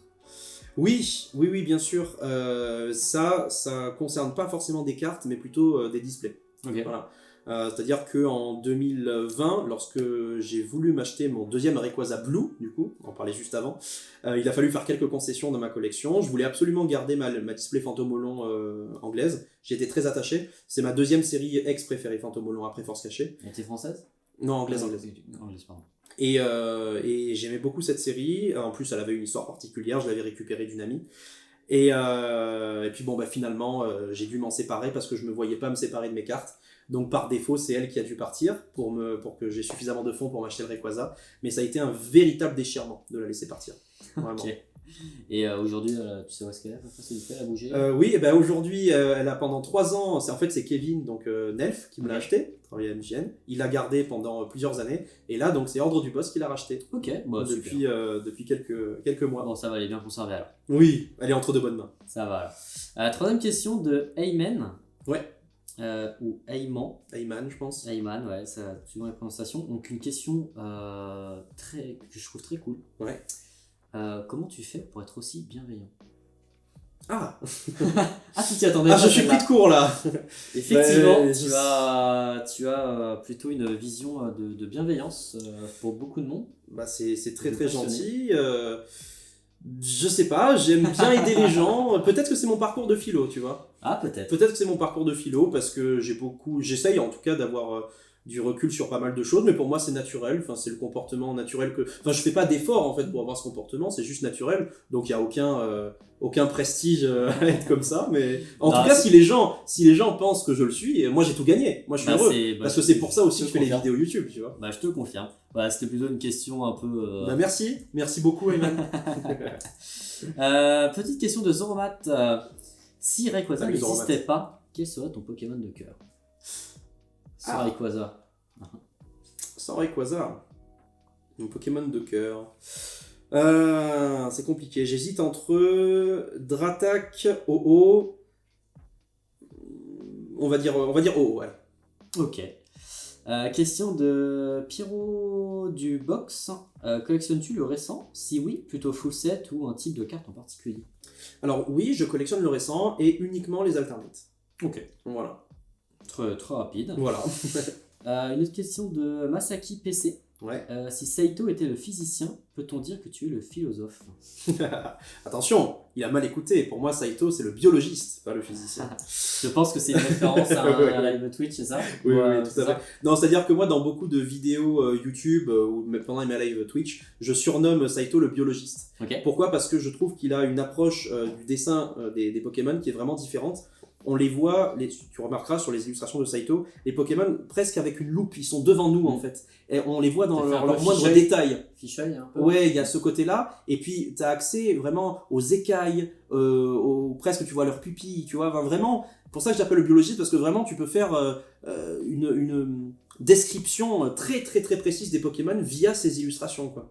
Et ça, je trouve ça fascinant. C'est pour ça que c'est un de mes illustrateurs préférés, justement. Parce qu'il comprend les Pokémon et il les aime, surtout. Et ça, tous les illustrateurs n'ont pas cet amour et ce talent. Il est dans le Blockx. Ouais. Oui. Il a notamment. Oh là, il a pas plus que dessiné jamais. Un Magikarp sur. Ah oui, il a dû dessiner. Sur Tempête de Sable, je sais pas. C'est l'une des 3 premières syndications. Mais qui sort de l'eau, là. Ah ouais, mais il a dessiné des Zolos magnifiques, quoi. C'est incroyable. Cookie Saito, le boss. Petite question de Vlaud, que tu connais très bien. Bonjour, monsieur Nico. Réalises-tu que ton Pokémon favori est un vieux ver de terre? J'en étais sûr. Voilà. J'en étais sûr. Tu fais une question un peu trop. J'en étais sûr. Ben, je vais lui répondre la même chose que je réponds d'habitude. C'est un ver de terre céleste. Et lui est habitué aux étoiles de par son métier. C'est vrai. Pour le coup, voilà. C'est vrai. Question de Blackhoust 1. Quel est ton plus gros braquage? Mon plus gros braquage. La plus belle affaire. Ouais. Oh, je pense que c'est pas loin d'être les 30 boosters XM-Road en brocante à 2 que tu as €. cité tout à l'heure. Ouais, je pense vraiment. Nouvelle question de Pokémax 77. Tes Rayquaza Stars vont-ils tous basculer chez PSA? Ils sont tous chez PSA sauf le français. Le français est PCA 10 et effectivement je tenterai le cross-grade vers PSA. Okay. Pour tenter de l'avoir en PSA 10, mais s'il ne passe pas, c'est pas si grave que ça et je le garderai en PCA 10, y a pas de souci. Pas de problème. Question de Deoxide 57. Combien te reste-t-il de booster X-Deoxys et combien de lourds? Alors X-Deoxys j'en ai 15 encore. Et c'est la seule série où j'ai beaucoup de booster X. Les autres, j'ai que les Arc-7. Sauf Espèce Delta et Tempête de Sable, comme je le disais. Et en termes de lourd, je sais pas. Je crois que j'en ai minimum 3 ou 4. Ok. Et on va terminer avec Master Terra. Ouais. Donc tu as un peu répondu dans l'interview. Où en es-tu dans la chasse au Shiny pour Arceus? Malheureusement, ça avance, mais il n'est toujours pas là. Je crois que j'en suis à entre 3000 et 3500 resets là. Donc ça fait bientôt, ça fait un an. Hein. Ça fait bientôt un an qu'on est dessus. Après, je chasse pas tous les jours non plus. Hein. Mais le jour où il tombera, ça fera bien plaisir. Et bientôt, j'arrive à la probabilité d'ailleurs, puisque la probabilité sur cette génération-là d'avoir un shiny, c'est une chance sur 4096. Okay. Mais comme c'est des probabilités non répétées, je peux dépasser la probabilité de très loin. Donc on verra si j'ai de la chance ou pas. Écoute, force. Merci. Puis n'hésite pas à mettre un bon replay ou un bon best-of depuis ces dernières années avec tous tes resets. Bon courage pour le monteur. La vidéo va durer longtemps. Écoute, ça clôture un peu toutes ces questions sur les abonnés. Merci beaucoup pour eux. Merci à vous d'avoir posé toutes ces questions. Merci infiniment.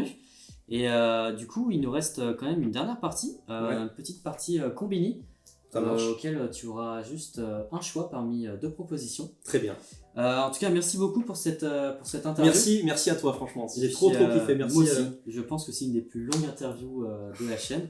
Ouais. N'hésitez pas évidemment à rejoindre Mathias sur tous les réseaux sociaux. Évidemment, il y a son Insta, son Vogt, Twitch, il y a plein d'autres trucs qui vont arriver sur l'écran. Puis tout sera en description. Et puis nous, on se dit à une prochaine, pour une prochaine vidéo. Ah bah écoute, avec grand plaisir. Ou une ouverture, Merci beaucoup. une rencontre. Oh là Et là, puis bon courage pour ce Fast and Curious. Ah bah écoute, c'est gentil. Merci à tous. Allez tous!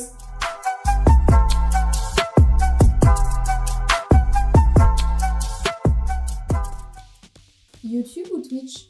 YouTube. Star ou brillant? Star. Lézard ou ex? Ex. Ouvrir ou garder scellé? Ouvrir. Brocante ou dormir? Dormir. Louvre ou gradé? Gradé. Nasser ou Mr Fuji? Nasser. Facebook ou Insta? Insta. Rayquaza ou Dracofeu? Rayquaza. Acheter ou vendre? Acheter. Jeux vidéo ou cartes? Jeux vidéo. Lugia classique ou shiny? Shiny. Nishida ou Saito? Ishida.